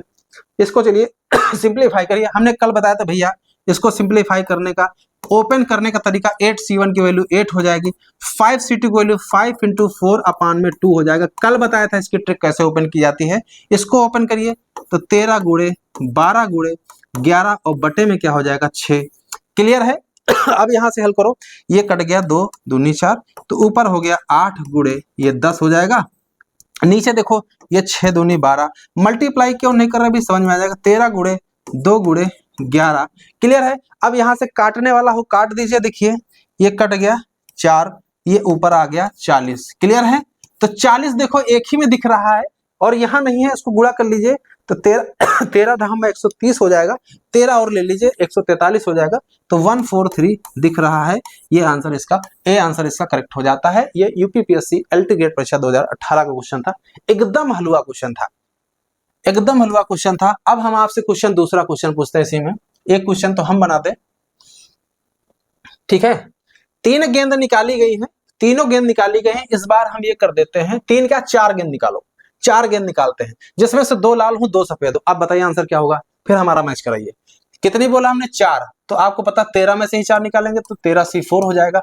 2 गेंद हमारी लाल हो तो आंसर हो जाएगा 8C2, और 2 क्या हो हमारे पास सफेद हो तो 5C2 हो जाएगा। इसको हल कर लीजिएगा, हल हम नहीं करेंगे, तरीका बताया है। ये नहीं आता है तो पिछला वीडियो देखिए, लिंक मिल जाएगा डिस्क्रिप्शन में, वहां जाइए, आपको पता चल जाएगा कैसे हम इसको ओपन करना सीखेंगे, ठीक है। चलिए आगे देखते हैं। अगला क्वेश्चन है, मोहन के 3 बच्चे हैं जिसमें कम से कम एक लड़का है, उसके 2 लड़के और एवं 1 लड़की होने की प्रायिकता क्या होगी। तो क्वेश्चन को कैसे किया जाए, चलो करते हैं। मोहन के 3 बच्चे हैं, तो 3 बच्चे हैं तो सोचो जरा, पहले क्वेश्चन को समझो। 3 बच्चे हैं, 3 बच्चों में क्या क्या हो सकता है। 3 बच्चों में जाहिर सी बात है, अगर सोचा जाए तो गर्ल्स और बॉयज में देखते हैं, अगर तीनों गर्ल्स होंगी तो बॉयज कितने होंगे, 0 बॉयज होंगे, एक संभावना ये होगी। समझ में आया? मतलब 3 गर्ल्स और 0 बॉयज, एक भी लड़का हो तीनों लड़की हो जाए, ये मतलब हुआ इसका। और ये केस ये भी तो हो सकता है कि 2 गर्ल्स हो जाए और 1 बॉयज हो जाए, ये संभावना है ना। तीसरा केस क्या हो जाए, आपको पता है, अगर 1 गर्ल्स हो जाए तो लड़का कितना हो जाएगा, लड़का कितना हो जाएगा, सोचो 2 बॉयज हो जाएगा। क्लियर है? अगर हमारे पास 0 लड़की होगी तो लड़के कितने हो जाएंगे, 3 हो जाएंगे। ये हमारे पास 4 संभावनाएं बन गई। कितनी संभावनाएं बन गई, 4। कैसे बन गई समझो। लेकिन यहां लिखा है मोहन के 3 बच्चे हैं जिसमें कम से कम एक लड़का है। क्या है, जिसमें कम से कम एक लड़का है, उसके 2, क्या लिखा, उसके 2 लड़के एवं 1 लड़की होने की प्रायिकता ज्ञात करनी है। तो देखो इस क्वेश्चन को डायरेक्ट उड़ाते हैं। कैसे? इन्होंने कहा कि 3 बच्चे जिसमें कम से कम एक लड़का है, तो इसका मतलब है कौन सा केस नहीं होगा, जरा पकड़ो इसमें से। इसमें जिसमें तीनों गर्ल्स, ये वाला ये केस नहीं होगा। क्यों नहीं होगा? क्योंकि इन्होंने कहा एक लड़का रहेगा फैमिली में, 3 मेंबर में से कम से कम एक लड़का रहेगा, इसका मतलब 1 से अधिक, 3 भी हो सकते हैं, 1 रहना चाहिए, 0 लड़का नहीं चलेगा। तो हमारे पास 3 संभावना बची, ये 3 बची, 2 लड़का 1 लड़की, 2 गर्ल्स हैं 1 बॉयज हो गया, और 1 गर्ल्स हो गया 2 बॉयज हो गए, 0 गर्ल्स हो गए 3 बॉयज हो गए। यही तो है न्यूनतम एक लड़का। देखो 1 बॉय 2 बॉय 3 बॉय, यही तो मतलब हुआ। अब यहां पर पूछे हैं उसके 2 लड़के 1 लड़की, 2 लड़के कहां है, कोई 2 लड़का वाला है कहीं?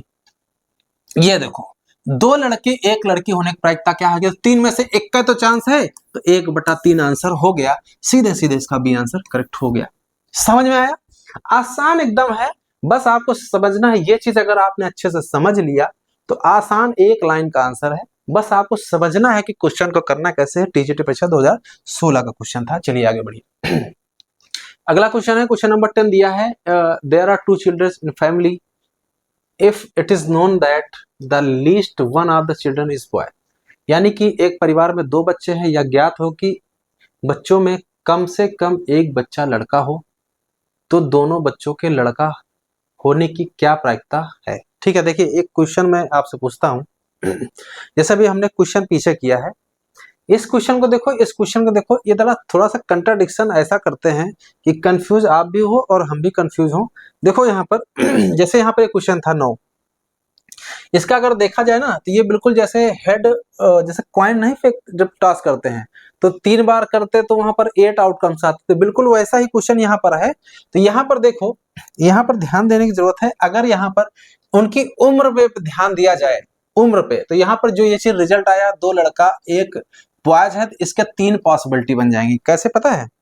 इसका अगर सैंपल स्पेस देखा जाए तो वो बनेगा तो वो बनेगा, अगर तीनों गर्ल्स हो जाए तो यानी जी जी जी हो जाएगा। एक अगर बॉयज कर दें तो बी जी जी हो जाएगा, जी बी यहाँ से जी बी जी हो जाएगा और जी जी बी हो जाएगा। क्लियर है? या फिर अब यहाँ पर क्या करो, यहाँ पर तीनों गर्ल्स एक बॉयज किया, अब दो दो बॉयज कर दो, बी बी जी जी बी बी और बी जी बी, या फिर तीनों बॉय कर दो। क्लियर है? यहाँ से इस क्वेश्चन को देखो ध्यान से, यहाँ पर देखो उम्र पे अगर ध्यान दो तो अगर दो लड़के, देखो दो गर्ल्स एक बॉय हैं, तो अगर पहले जन्म अगर बॉय का हुआ बाद में अगर गर्ल्स का हुआ तो एक ये सेटिंग बनेगी। अगर बीच में अगर पहले पहले गर्ल्स का जन्म हुआ उसके बाद बी का बॉय का जन्म हो गया फिर गर्ल्स का हो गया तो ये सिलेक्शन ही होगा। लेकिन इन तीनों को देखो तो इनमें संख्या के हिसाब से देखा जाए तो अगर उम्र पे अगर ध्यान न दिया जाए तो यहाँ पर सिर्फ अगर दो गर्ल्स एक बॉयज की अगर बात करो तो सिर्फ एक ही केस माना जाएगा। तो ऑप्शन से तो ये समझ में आ रहा था इस क्वेश्चन को ऐसे लगाएंगे। लेकिन अगर उम्र पे अगर ध्यान दिया, क्वेश्चन दरअसल बनाते कौन है पता नहीं, ये नहीं समझ में आता है कि इस क्वेश्चन को कैसे किया गया है। यहाँ पर इनको बोलना चाहिए इस क्वेश्चन में कि यहाँ पर उम्र पर ध्यान नहीं देना उनकी, तो फिर इस क्वेश्चन का आंसर 1/3 होगा। अगर उम्र ध्यान दोगे तो यहाँ पर जो लिखा है कि कम से कम एक लड़का है ना, कम से कम एक लड़का है, तो इसका मतलब तीनों ये हट जाएंगे, 7 बचेंगे हमारे पास, ये रिजल्ट 7 बचेंगे। तो 7 में से यहाँ पर क्या आंसर आ जाएगा, देखो यहाँ पर लिखा है the probability that 2 boys and 1 girls. तो 2 बॉय और 1 गर्ल्स का केस क्या हो गया, तो देखो 2 बॉयज 1 2 और ये कहाँ गया, 2 बॉयज 1 गर्ल्स ना, देखो यहाँ से 1 2 यहाँ ये 3 केस हो रहे हैं, तो 3/7 आंसर हो जाता है। बात समझ में आई? 3/7 आंसर होता। तो ये क्वेश्चन ऐसे क्वेश्चन पूछ लेते हैं कि ये पता नहीं कैसे बनाया हुआ है। तो यहाँ पर इस केस का इसका हिसाब से हो जाएगा। अगर उम्र अगर 3/7 दिखता तो हम यही लगाते फिर, है ना। तो अब जैसे अगला क्वेश्चन, इसको देखो ध्यान से, यहाँ पर देखा जाए तो 2 बच्चे हैं, तो 2 बच्चे हैं, तो अगर इसके हिसाब से देखा जाए तो सैंपल स्पेस जो बनेगा वो बी बी है ना, या तो दोनों बॉयज हो जाए या दोनों गर्ल्स हो जाए, या गर्ल्स और बॉयज या बॉयज और गर्ल्स। समझ में आया? यानी दोनों लड़के हो जाए, छोटा बड़ा लड़का दोनों लड़के हो जाए, है ना, या दोनों लड़की हो जाए छोटी बड़ी, या पहली लड़की हो बाद में लड़का हो जाए, और पहली लड़की हो बाद में पहला बॉय हो बाद में लड़की हो जाए, है ना। तो ऐसा यहाँ पर सेट हो सकता है, ये उम्र पर ध्यान को रखते हुए किया गया है। लेकिन अगर उम्र पे ध्यान न दिया जाए तो इसका फिर 3 ही पॉसिबिलिटी बनेगी, बी बी जी जी और एक बनेगा जी बी, गर्ल्स और बॉयज। यहाँ पर उससे मतलब नहीं होगा कि उनकी उम्र से, तो 3 ही पॉसिबिलिटी बनेगी। तो इसके हिसाब से आंसर कुछ और होगा, इसके हिसाब से आंसर कुछ और होगा, है ना। तो क्वेश्चन अलग अलग तरीके से बनाते हैं, इनको क्वेश्चन को थोड़ा और क्लियर करना चाहिए, है ना। तो जो चीजें अपवाद में बनी आ रही हैं उनको बने रहना देना चाहते हैं। चलो देखो यहाँ पर क्या है, यहाँ पर लिखा है दोनों बच्चों के लड़का होने के, देखो ज्ञात क्या है, उसमें ज्ञात है कि बच्चों में कम से कम एक बच्चा लड़का हो। तो इसमें क्या ज्ञात है, क्या पता है कि एक कम से कम एक बच्चा लड़का हो, तो लड़का इसमें किसमें देखो कम से कम एक लड़का, एक ये हो गया, एक ये हो गया, एक ये हो गया, यानी बी बी जी बी और बी जी। तो ये 3 जो संभावना है, ये संभावना वो है जिसमें एटलीस्ट 1 बॉय है। देखो इसमें एक बॉय, इसमें एक बॉय, इसमें दोनों। तो यहाँ इसमें ये प्रायिकता किसकी बोली गई है कि दोनों बच्चा लड़का होने की प्रायिकता ज्ञात करिए। तो 3 संभावनाएं टोटल हैं, ये पता है। तो इसमें से दोनों के लड़का होने की प्रायिकता ना, दोनों बच्चों के लड़का होने की, तो ये हो जाएगा 1/3 आंसर हो जाएगा, इसका बी आंसर करेक्ट हो जाएगा। क्लियर है? क्लियर है? तो ऐसे क्वेश्चन को समझा जाता है ना। तो अगर ये यहाँ पर उम्र पर अगर ध्यान न दिया जाए, इनके जन्म पर, इनके ऑर्डर पर न ध्यान दिया जाए, है ना, तो जन्म पर छोटे बड़े में, तो उसका क्या, उसके हिसाब से क्या आंसर दोगे, उसके हिसाब से आंसर हो जाएगा यहाँ पर एक ही शर्त समझी जाएगी, यानी कि इसको ऐसे समझा जाएगा सैंपल स्पेस को, यानी कि यहाँ पर देखो, यहाँ पर बोला क्या है, बोला है कि ये क्या पता है इनको पता है कि कम से कम एक लड़का बॉय हो, तो यानी 1 बॉय हो जाए, ठीक है, 1 बॉय हो जाए, और दूसरा गर्ल्स कितनी हो जाए, तो यहाँ पर 2 बच्चे हैं तो 1 गर्ल्स हो जाएंगे। क्लियर है? दूसरा अगर यहाँ पे 0, देखो यहाँ से 0 बॉयज अगर हो जाए, तो 0 बॉयज हो जाए तो यहाँ पर 2 लड़कियां हो जाएंगी। क्लियर है? यहाँ से तो एक लड़का है, एक लड़की हो जाए, यहाँ पर कम से कम इन्होंने कहा फैमिली में एक लड़का होना चाहिए, तो एक लड़का होना चाहिए, तो यहाँ पर 0 बॉयज नहीं कर सकते हो, अधिकतम 2 बॉयज कर दो, यहाँ 2 बॉयज कर दो और 0 गर्ल्स कर दो। यहाँ पे समझ में आया। तो यही हमारे पास संभावना बच रही है, एक ये एक बनने, एक ये बनने है ना। तो एक बॉय रखेंगे तो एक लड़की होना पड़ेगा, दोनों बॉयज हो जाएंगे तो 0 लड़की होना पड़ेगा। तो यहाँ पर 2 ही संभावना बन रही इसके हिसाब से देखा जाए तो, और तो हमारे हिसाब से नहीं बन रही इसमें, है ना। तो और यहाँ पर प्रोबेबिलिटी पूछी गई है कि दोनों बच्चे दोनों लड़के आपके क्या हो जाए, बॉयज हो जाए। तो एक ही केस बनना है इसमें, तो 1/2 हमारे हिसाब से प्रोबेबिलिटी होनी चाहिए इसके हिसाब से देखा जाए तो। जैसे अभी क्वेश्चन पीछे लगाया है ना, तो क्वेश्चन है घुमा के पूछते हैं कैसा है कैसा नहीं है वो हम समझते हैं। तो इसको आप इस हिसाब से समझिएगा। फिलहाल अभी पेपर में अगर ऐसा आ जाए तो इसको आप समझिएगा। इसके पीछे वाला क्वेश्चन देखो अलग भाग रहा है, ये अलग भाग रहा है। अगला देखते हैं, the probability of the 3 mutually exclusive events A B C given है 2/3, 1/4, 1/6 रिस्पेक्टिवली, है ना। तो स्टेटमेंट ट्रू है फॉल्स, आपको पता है अगर ए और बी अगर म्यूचुअली एक्सक्लूसिव हो तो पी ए यूनियन डी बराबर होता है P A plus P B, ये होता है। अगर ए बी सी अगर हो तो P A union B union C बराबर होगा P A plus P B plus P C होगा। क्लियर है, यही तो होता है। अगर एक्सक्लूसिव हो तो एक्सक्लूसिव क्या होनी चाहिए, होता है कि ये दो घटनाएं एक साथ ना घटे, वही इसका मतलब होता है, क्योंकि इंटरसेक्शन वाला सब पोर्शन 0 हो जाता है। तो ये हो गया 2/3 और ये कितना दिया 1/4, क्लियर। और ये कितना है 1/6, ठीक है। यहाँ पर इसको हल कर लीजिए, यहाँ से देखिए क्या एलसीएम आएगा 12, ऊपर आ जाएगा 3 चौके 12, 4 दूनी 8, है ना। और ये 4 तिया 12, ये प्लस का 3 हो जाएगा, 6 दूनी प्लस का 2 हो जाएगा। इसको ऐड कर लीजिए 13/12। तो 13/12 आ रहा है, किसकी वैल्यू आ रही है, P A union B union C की वैल्यू आ रही है 13/12, जो कि 1 से बड़ी है। और आपको पता है कभी भी प्रायिकता का मान जो होता है, किसी भी घटना की प्रायिकता का मान 1 से छोटा या बराबर, 0 से बड़ा या बराबर होता है। ये इसकी रेंज होती है, ये आपको पता होगी। तो यहाँ पर ग्रेटर देन 1 नहीं हो सकता है। तो ये स्टेटमेंट जो इन्होंने दिया है ये ट्रू नहीं है, ये फॉल्स है। क्योंकि ये अगर होता तो इसका सम 1 से छोटा आना चाहिए था, यहाँ 1 से बड़ा आ गया है। तो ये टीजीटी परीक्षा 2005 क्वेश्चन था, एकदम थ्योरी बेस्ड था। लिखा है किसी प्रश्न की को प्रगति एवं तृप्ति, 2 विद्यार्थी हैं, एक का नाम है प्रगति और दूसरी है तृप्ति, द्वारा हल किए जाने की प्रायिकता 1/3 है, दूसरी क्या है 1/2 है। उस उक्त प्रश्न को हल किए जाने की प्रायिकता क्या होगी। देखो हल किए जाने का मतलब ये हो गया कि चाहे ए हल करे या बी हल करे, ठीक है, या दोनों कर दे। देखो एक का इसका देखो प्रश्न को हल होना है, यहां लिखा प्रश्न होला हल हो जाए। तो हल होने का मतलब है कि देखो प्रगति और तृप्ति, तो यानी अगर इसका मतलब ये है कि प्रगति जो है वो हल कर दे और तृप्ति ना कर पाए, यानी प्रगति ले लो और तृप्ति ले लो। तो प्रगति हल कर ले और तृप्ति ना हल कर पाए, तो एक ये हो गया केस। दूसरा ये हो गया यहां से प्रगति ना हल कर पाए और तृप्ति हल कर दें, या भैया दोनों लोग हल कर दें, प्रगति भी हल कर दें और तृप्ति भी हल कर दें। अब ये आपको पता है ये आपकी इंडिपेंडेंट इवेंट, इंडिपेंडेंट इसलिए है कि क्योंकि प्रगति का हल करने का जो असर है वो तृप्ति के हल करने के असर पर नहीं होगा, मतलब एक दूसरे से स्वतंत्र होंगे। ऐसा नहीं कि ये हल कर ले रहे हैं तो ये नहीं हल कर पाएंगे। तो दोनों स्वतंत्र घटनाएं हैं और स्वतंत्र घटनाएं का अलग अलग सिस्टम होता है। तो इसका आंसर हो जाएगा, आपको चाहे तो सूत्र लिख लो, नहीं तो आपको पता है P A into P P यहां से हो जाएगा P P into P T dash. इसका मतलब है प्रगति हल कर ले रही है लेकिन तृप्ति हल नहीं कर पा रही है ना। इसका आगे क्या मतलब है, पी डैश इंटू यहां से इंटू पीटी हो जाएगा, यानी प्रगति हल नहीं कर पा रही है, तृप्ति हल कर ले रही है। इसका मतलब क्या है, प्रगति भी हल कर रही है और तृप्ति भी हल कर रही है। बात तो यही हुई ना कि देखो प्रश्न को हल करना है, बस अंतर यह है कि चाहे वो एक हल कर ले दूसरा ना हल करे, या दूसरा हल कर दे पहला ना हल करे, या दोनों हल कर दे। तो इसको डायरेक्ट करते हैं। तो प्रगति हल कर दे तो 1/3 हो गया, और ये हल ना कर पाए तो 1 - 1/2 हो गया। एक केस ये हो गया। दूसरा केस ये हो गया कि ये हल ना कर पाए तो 1 - 1/3 हो जाएगा, और ये हल कर लें 1/2। ठीक है, इसके बाद क्या है, ये हल करने की प्रायिकता है दोनों की, ठीक है।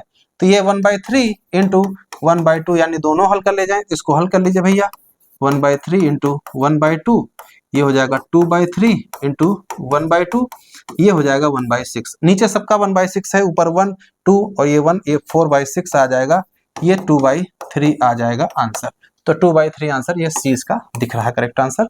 अगर आपको ये भी नहीं आता है तो एक और तरीका आपको बता दें, अगर ए और बी इंडिपेंडेंट है तो देखो दोनों को हल करने का मतलब होता है ए यूनियन बी। इसका सूत्र सीधे होता है P A dash into P B dash. अगर ए और बी स्वतंत्र हैं तो सीधे 1 माइनस 1/2, देखो इसकी वैल्यू दिया है 1/3 दिया है ना, इंटू 1 माइनस 1/2 दिया है, तो इसका हल करेंगे तो 1 माइनस 2/3, इसका 1/2 काट दिया, 1 माइनस 1/3, ये 2/3 आंसर आ गया यहाँ से। तो चाहे ऐसे कान पकड़ो चाहे ऐसे कान पकड़ो, आंसर दोनों से आना है। ये टीजीटी परीक्षा 2013 का क्वेश्चन था। चलिए आगे बढ़ते हैं। एक कॉलेज में 25 विद्यार्थी गणित में हैं और 15 विद्यार्थी रसायन शास्त्र में हैं, 10 विद्यार्थी गणित और रसायन दोनों में हैं। इस क्वेश्चन को देखिए कैसे करते हैं। यहां लिखा है 25% विद्यार्थी गणित है, तो इसका मतलब है कि गणित की जो प्रायिकता हो जाएगी 25/100, आप इसको आप ऐसे समझ लो। और यहाँ पर रसायन शास्त्र में क्या है, तो यानी कि सिंपल सा ये है। और देखो दोनों में क्या है, दोनों में ये क्या है, फेल है क्या, दोनों में फेल होते हैं, यानी फेल का चांसेस दिया है। कॉलेज में है 25% विद्यार्थी गणित में, 15% रसायन शास्त्र में, 10% गणित और रसायन दोनों में फेल होते हैं। एक विद्यार्थी जो रसायन में फेल हो उसके गणित में फेल होने की क्या प्रायिकता होगी, गणित में भी क्या होगी प्रायिकता। तो ये वही है, एक ये आपका कंडीशन बेस है, कंडीशन प्रोबेबिलिटी लगेगी यहाँ पर। तो इसका आप एक समझ लो, मैथ में फेल होने की इसकी घटना आप एम मान लो, तो पीएम मान लेते हैं। मैथ में फेल होने वाली की प्रायिकता है, तो ये हो गया आपका 25%, इसको लिख लो। और यहाँ पे क्या लिखा है, रसायन को आपको सी ले ले, यहाँ से पीसी ले लेते हैं। रसायन में फेल होने वाली 15% है, और दोनों का लिख लीजिए इंटरसेक्शन एम इंटरसेक्शन सी, दोनों का कितना दिया है, 10% दिया है, ये हमने नोट कर लिया है। अब यहाँ पर बोला गया है कि एक विद्यार्थी जो रसायन में फेल हो, एक विद्यार्थी जो रसायन में फेल हो, इसका मतलब जानते हो क्या, सी हो रसायन में फेल हो, तो उसके गणित में भी फेल होने की प्रायिकता क्या होगी, तो गणित का मतलब हो गया एम, तो इसका सूत्र हो जाएगा P M intersection C, clear है, अपान में पीसी हो जाएगा यहाँ से, ये इसका मतलब है। तो इसका मतलब है एम इंटरसेक्शन सी कितना दिया है यहाँ 10%, तो 10% हो जाएगा, ठीक है। अपान में पीसी कितना दिया है यहाँ से 15% हो जाएगा, तो सीधे सीधे आपका 10/15 हो जाएगा, यानी 2/3 इसका आंसर आ जाएगा। सीधे सीधे इसका ये आंसर करेक्ट हो जाएगा। तो ऐसे क्वेश्चन को हम करते हैं, थोड़ा सा ये समझने की जरूरत है, पीजीटी परीक्षा 2009 का क्वेश्चन था। चलिए आगे बढ़िए।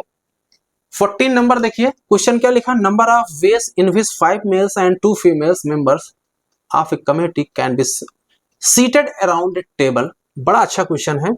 सो that 2 female are not seated together. इस क्वेश्चन को कैसे करेंगे समझते हैं। देखो एक क्वेश्चन हम आपसे पूछते हैं, जैसे राउंड टेबल है, ये राउंड टेबल है, इस राउंड टेबल में ये कोई शर्त ना होती, 5 लोगों को बैठाना है, कितने लोगों को, 5 लोगों को बैठाना है। तो इस राउंड टेबल में 5 लोगों को बैठाने का तरीका होता है 4 फैक्टोरियल, ये आपको पता होना चाहिए। होता यह है कि एक को फिक्स करना पड़ता है, एक को फिक्स करना पड़ता है, 5 में से इसकी जगह फिक्स कर दी जाती है, तो बचे जो 4 लोग हैं वो 4 फैक्टोरियल से बैठ सकते हैं। ये इसका तरीका होता है सर्कुलर में जब बैठते हैं, जब गोले में बैठते हैं, ठीक है। यानी अगर n कैंडिडेट हैं तो n लोगों को सर्कुलर में बैठाने कितने तरीके हैं, n-1 फैक्टोरियल होगा। तो ये आपको पता होना चाहिए, इसका बेसिक है, ठीक है। चलिए अब करते हैं इस क्वेश्चन को। तो यहाँ पर देखिए क्या लिखा है, number of ways in which 5 male and 2 females two members of committee can be seated around a table so that 2 female are not seated together। इसका मतलब है कि 5 मेल हैं और 2 फीमेल हैं। फीमेल को ऐसे बैठाना है कि वो 2 फीमेल एक साथ ना है। तो एक आप मान लो 5 मेल है, तो 5 मेल को बैठाने कितने तरीके हो गए, ये मान लीजिए M1 है, पहला मेल है, ये दूसरा M2 है, ये है M3 और ये है M4 और ये है M5, क्लियर है। ये आपके 5 जगह हो गई, 5 जगह मेल बैठे हुए हैं।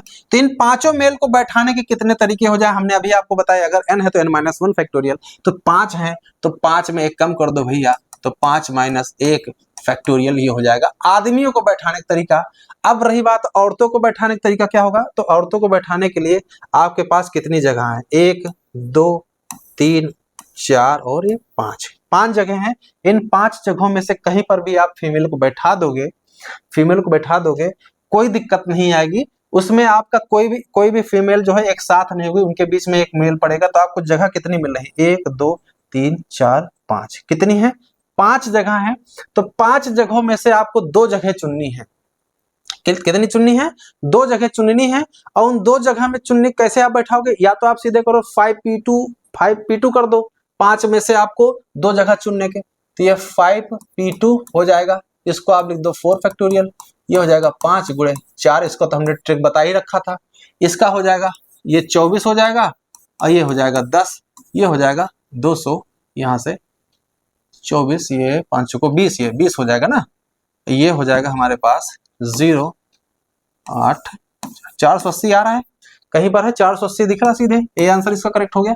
तो क्वेश्चन आसान था, समझना यह था कि 5 मेल को आपको कितने तरीके से 4 फैक्टोरियल बैठा सकते हो, और जो 5 जगह बची हैं, इन 5 जगहों में से 2 जगह ही में फीमेल को बैठाना है। तो 2 जगह बैठाने के तरीके, 5 में से 2 चुनना, यानी 2 का अरेंजमेंट करना, चुनना अलग कह दो, अरेंजमेंट करना है, तो वो आपका 5p2 हो जाएगा। सीधे आंसर इसका 5 गुणे 4 यानी 5 को 20, ये आपका कितना आ जाएगा? 4 8 2 4 480 आ गया। ये टीजिट बचा 2009 में भी आया, 2011 में भी आया। चलिए अगला क्वेश्चन देखते हैं। 15वां क्वेश्चन है, द लीडर के अक्षर कितने प्रकार से व्यवस्थित किए जा सकते हैं? तो लीडर में हमारे पास कितने लेटर हैं? 1 2 3 4 5 6 लेटर हैं। तो इसका सीधे सीधे 6 फैक्टोरियल कर दीजिए। अपान में देखिए क्या कर दे, कोई रिपीट कर रहा है क्या? ई देखिए 2 बार आया है, और कोई है एल 1 को बार नहीं, 1 ही बार है, ए भी 1 ही, बाकी सब 1 बार है। तो यहाँ 2 फैक्टोरियल से इसको भाग कर देंगे। ऊपर होता है 720 और नीचे होता है 2, इसको काट दीजिए, 2 3 6 2 4 360 आ गया। सीधे सीधे इसका सी आंसर कट होगा। ये आसान क्वेश्चन था, 2009 2010 2009 कई बार रिपीट हुआ है। रिपीट क्या है, 2 बार लिखा है, ये 9 10 में 2 बार आया है क्वेश्चन, है ना। आसान था, इसमें कोई बड़ी चीज नहीं है। इससे संबंधित हमने क्वेश्चन भी कई सारे कराए हैं। ये लास्ट क्वेश्चन, ये लास्ट क्या 16वां क्वेश्चन है। अगला क्वेश्चन है, यहाँ पर लिखा है 13 क्रिकेट खिलाड़ी हैं, ठीक है, और 4 हमारे पास गेंदबाज हैं। तो यहाँ पर ये समझना है कि देखो, एक आप समझ लो, गेंदबाज 4 हैं, तो आपको पता है 9 अन्य प्लेयर्स होंगे ना। तो यानी 11 खिलाड़ियों की टीम कितने तरीके से बनाई जा सकती है, जिसमें कम से कम 2 आपके गेंदबाज हों।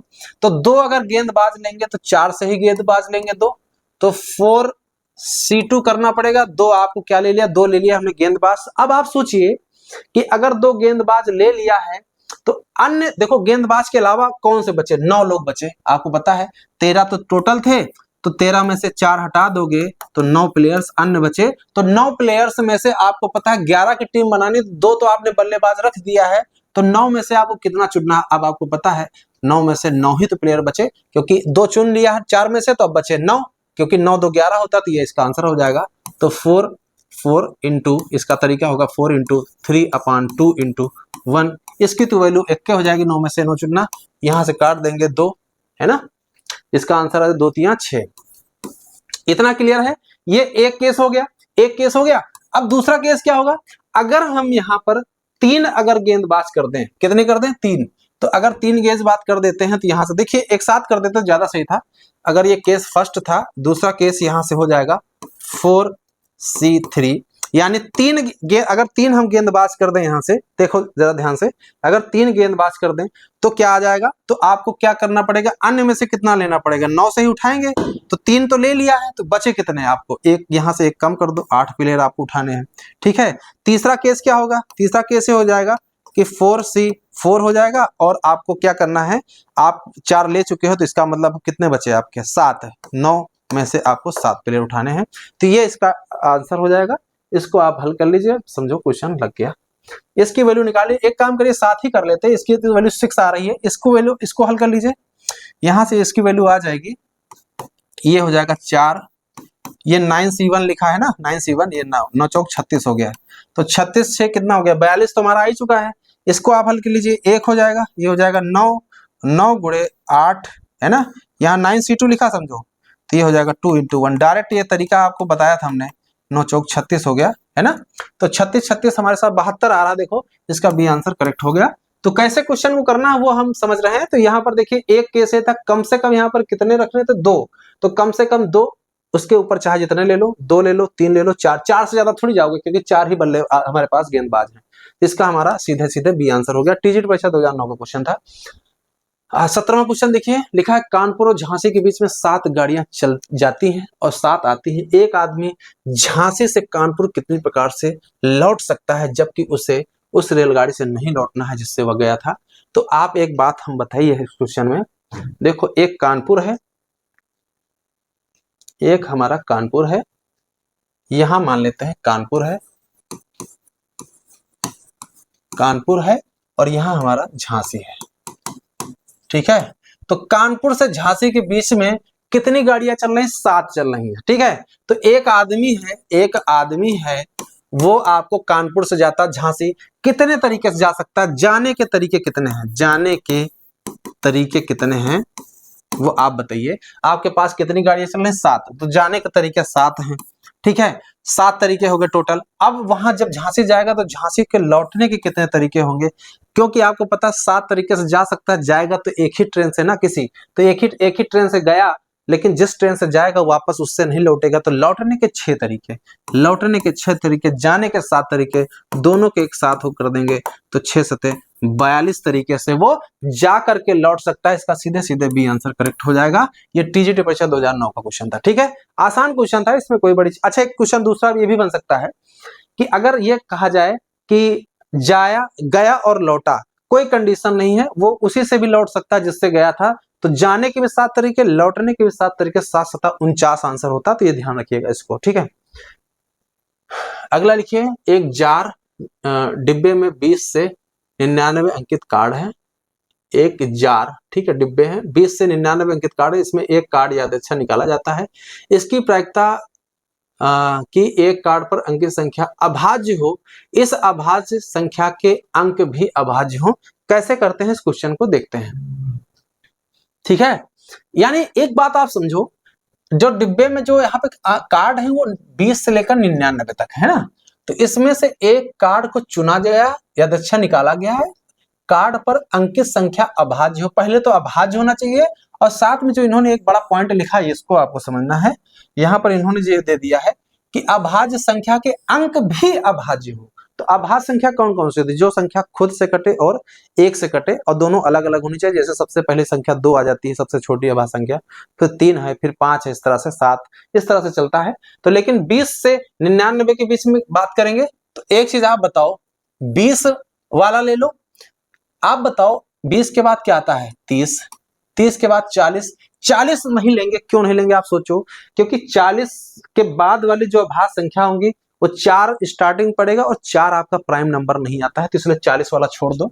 यहाँ 50 से शुरू करो। 60 वाला नहीं होगा, क्योंकि 60 में कोई भी संख्या बनेगी 6 आएगा, तो 6 आपका, क्योंकि यहाँ अंक भी अभाज्य रखना, तो 60 नहीं लेंगे हम यहाँ पे, 70 ले लेंगे। 70 के बाद क्या आएगा? 70 के बाद 80 भी नहीं होगा, 90 आ जाएगा, क्योंकि 80 में भी 8 जो आपका अभाज्य नहीं है, इसलिए 80 नहीं लेंगे। तो 20 का आप शुरू करिए। 20 में सबसे पहले कौन संख्या पड़ेगी अभाज्य? आपको पता है, यहां से आपकी पड़ेगी 23 पड़ेगी, है ना। 23 के बाद क्या पड़ेगी? 24, 29 पड़ेगी, 29 पड़ेगी। तो अब ध्यान देने की जरूरत है कि 29 अभाज्य है, 23 भी अभाज्य है, 29 भी अभाज्य है, लेकिन ये नहीं लेना है। क्यों नहीं लेना है? क्योंकि 9 आ रहा है, 9 अंक भी अभाज्य रखना है, तो ये वाला हमारा आंसर हो जाएगा। एक ये चांसेस हो गया। 30 में क्या पड़ेगा? 30 में क्या 31 आएगा? 31 आएगा। 32 नहीं होगा, 32 नहीं होगा, 33 नहीं होगा, 34, 35, 36, 37, 38, 37 होगा क्या? 37 आ जाएगा, 37 हो जाएगा। तो 31 बनना हो, 37 बनना है। क्या इन दोनों में कोई संख्या अभाज्य? देखो यहाँ पर अभाज्य, ये भी अभाज्य, लेकिन इसमें एक अभाज्य संख्या नहीं है, तो इसका मतलब ये नहीं ले सकते, 37 ले सकते हैं।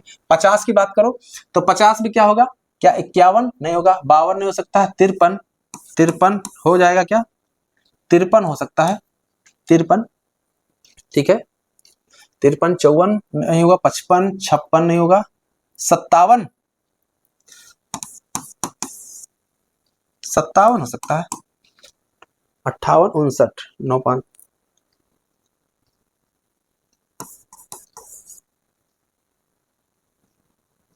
यहाँ 5, 9 भी हो सकता है क्या?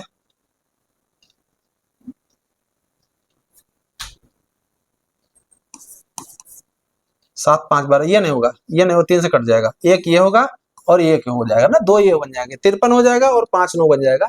क्योंकि आप देखो ये भी दोनों बात, ये नहीं होगा, ये नहीं होगा, क्योंकि 5 9 प्राइम तो है लेकिन 9 आ रहा है ना, 9 नहीं होगा। तो अब 70 पे ले लो, 70 पे क्या आ जाएगा, 70 के बाद 71 हो गया क्या, 7 1 71 ले लेते हैं। 72 नहीं होगा, 73 होगा क्या, 73 हो सकता है, 73 नहीं कटेगा किसी से, है ना, एक और खुद के अलावा। 74 भी नहीं होगा, 75, 76 ले लो, और 76 के बाद 77, 78, 8 7 ये कट जाएगा, 78, 7 9 ले लो, ये नहीं कटेगा, ये नहीं कटेगा, है ना।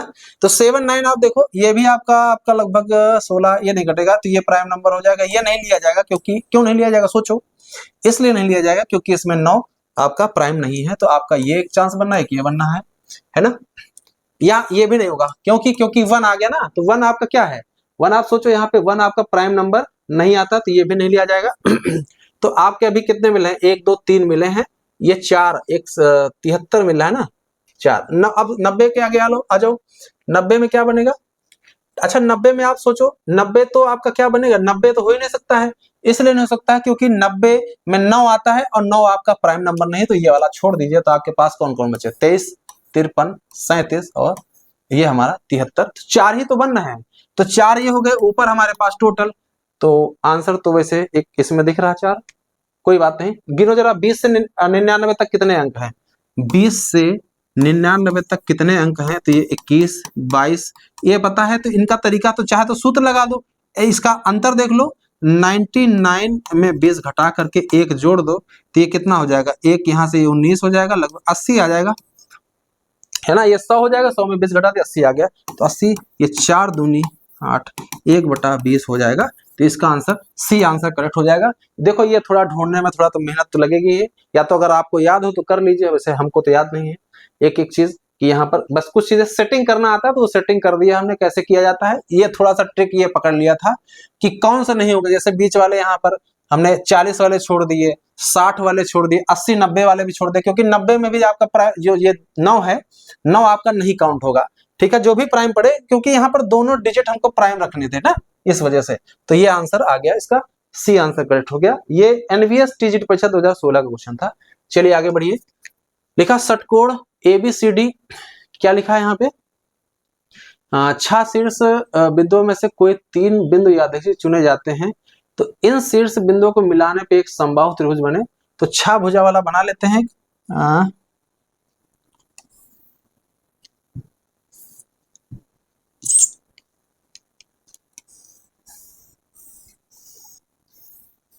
ठीक है, 1 2 3 4 5 6, ये हो गया, हमारा नाम दे देते हैं ABCDEF,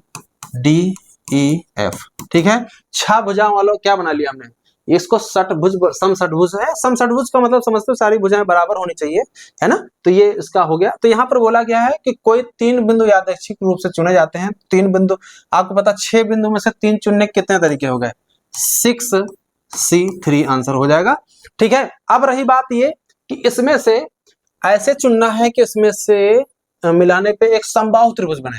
तो समबाहु त्रिभुज कौन कौन सा बनेगा, देखो समबाहु त्रिभुज, तो देखो ये वाले तो बनेंगे नहीं, तो इसमें समबाहु त्रिभुज जो है, देखो एक ये बनेगा समबाहु त्रिभुज, ये बनेगा त्रिभुज FBD, ठीक है, एक त्रिभुज ये बनेगा और एक त्रिभुज ये बनेगा, सिर्फ 2 ही त्रिभुज बनेंगे, EAC ट्रायंगल EAC, तो 2 ही बनेंगे।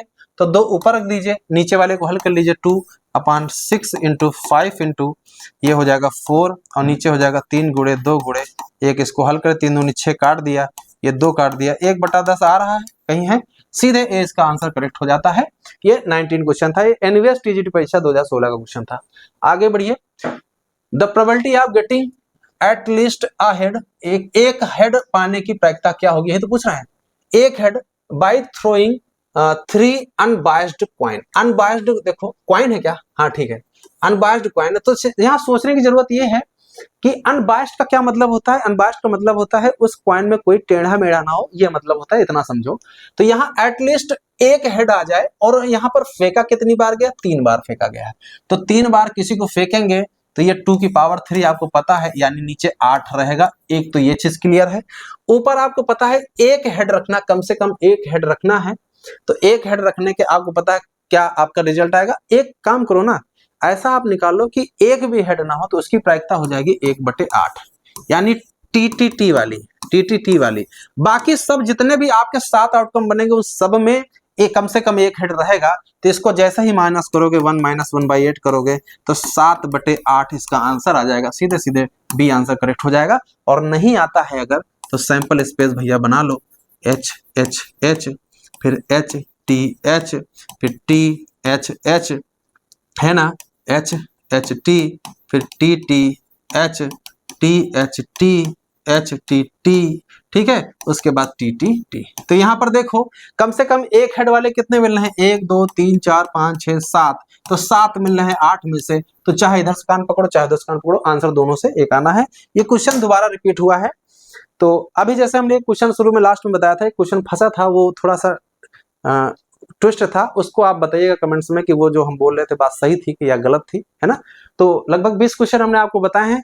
थोड़ा सा वीडियो ज्यादा लंबी हो जा रही है, हम कोशिश कर रहे हैं कि छोटी हो जाए, लेकिन बार बार वीडियो लंबी हो जा रही है। देखिए 20 क्वेश्चन में इतना समय लग गया, समय इसलिए लगा क्योंकि आपको हम चाह रहे हैं कि एक एक चीज आपको आ जाए, ताकि दोबारा से कोई क्वेश्चन अगर बन जाए तो वो नहीं फंसना चाहिए। इस वजह से हम सारी चीजें बता रहे हैं। तो एक तो क्वेश्चन तो जैसे हमको आ रहा है तो हमने लिखा 1/8, 7/8 टिक मार दिया, लेकिन फिर आप वीडियो देखोगे कहोगे कि पता नहीं सर ने क्या कर दिया, कौन सा कॉन्सेप्ट लगा दिया। तो वही चीज हम आपको समझाने की कोशिश कर रहे हैं कि जो हम सोचते हैं आपको भी सोचने की कोशिश कर रहे हैं कि आप भी वही चीज सोचो, तो क्वेश्चन आसानी से लगेगा। तो आज के लिए इतने रखते हैं। आप उम्मीद यह है कि इस वीडियो को आप ज्यादा ज्यादा शेयर करिए, ज्यादा ज्यादा तक लोगों तक पहुंचाइए, है ना। तो कोर्स हम कोशिश करेंगे लगभग ज्यादा ज्यादा कवर करने की। एक तो जॉब भी चल रही, जॉब के बाद जो समय मिलता है शाम को उसी में हम वीडियो बना पाते हैं, इसलिए वीडियो थोड़ा सा लेट आती है ना। तो उसके लिए आप मैनेज करिएगा। एक एक चीज हम आपको समझाने की कोशिश, जितना भी हम आपको देंगे वो आपका सॉलिड होगा, उसमें कहीं पर कोई दिक्कत नहीं आएगी, है ना। कोशिश करेंगे पूरा कोर्स कवर करने की। तो आज के लिए इतना रखते हैं, मिलते हैं अगली वीडियो में।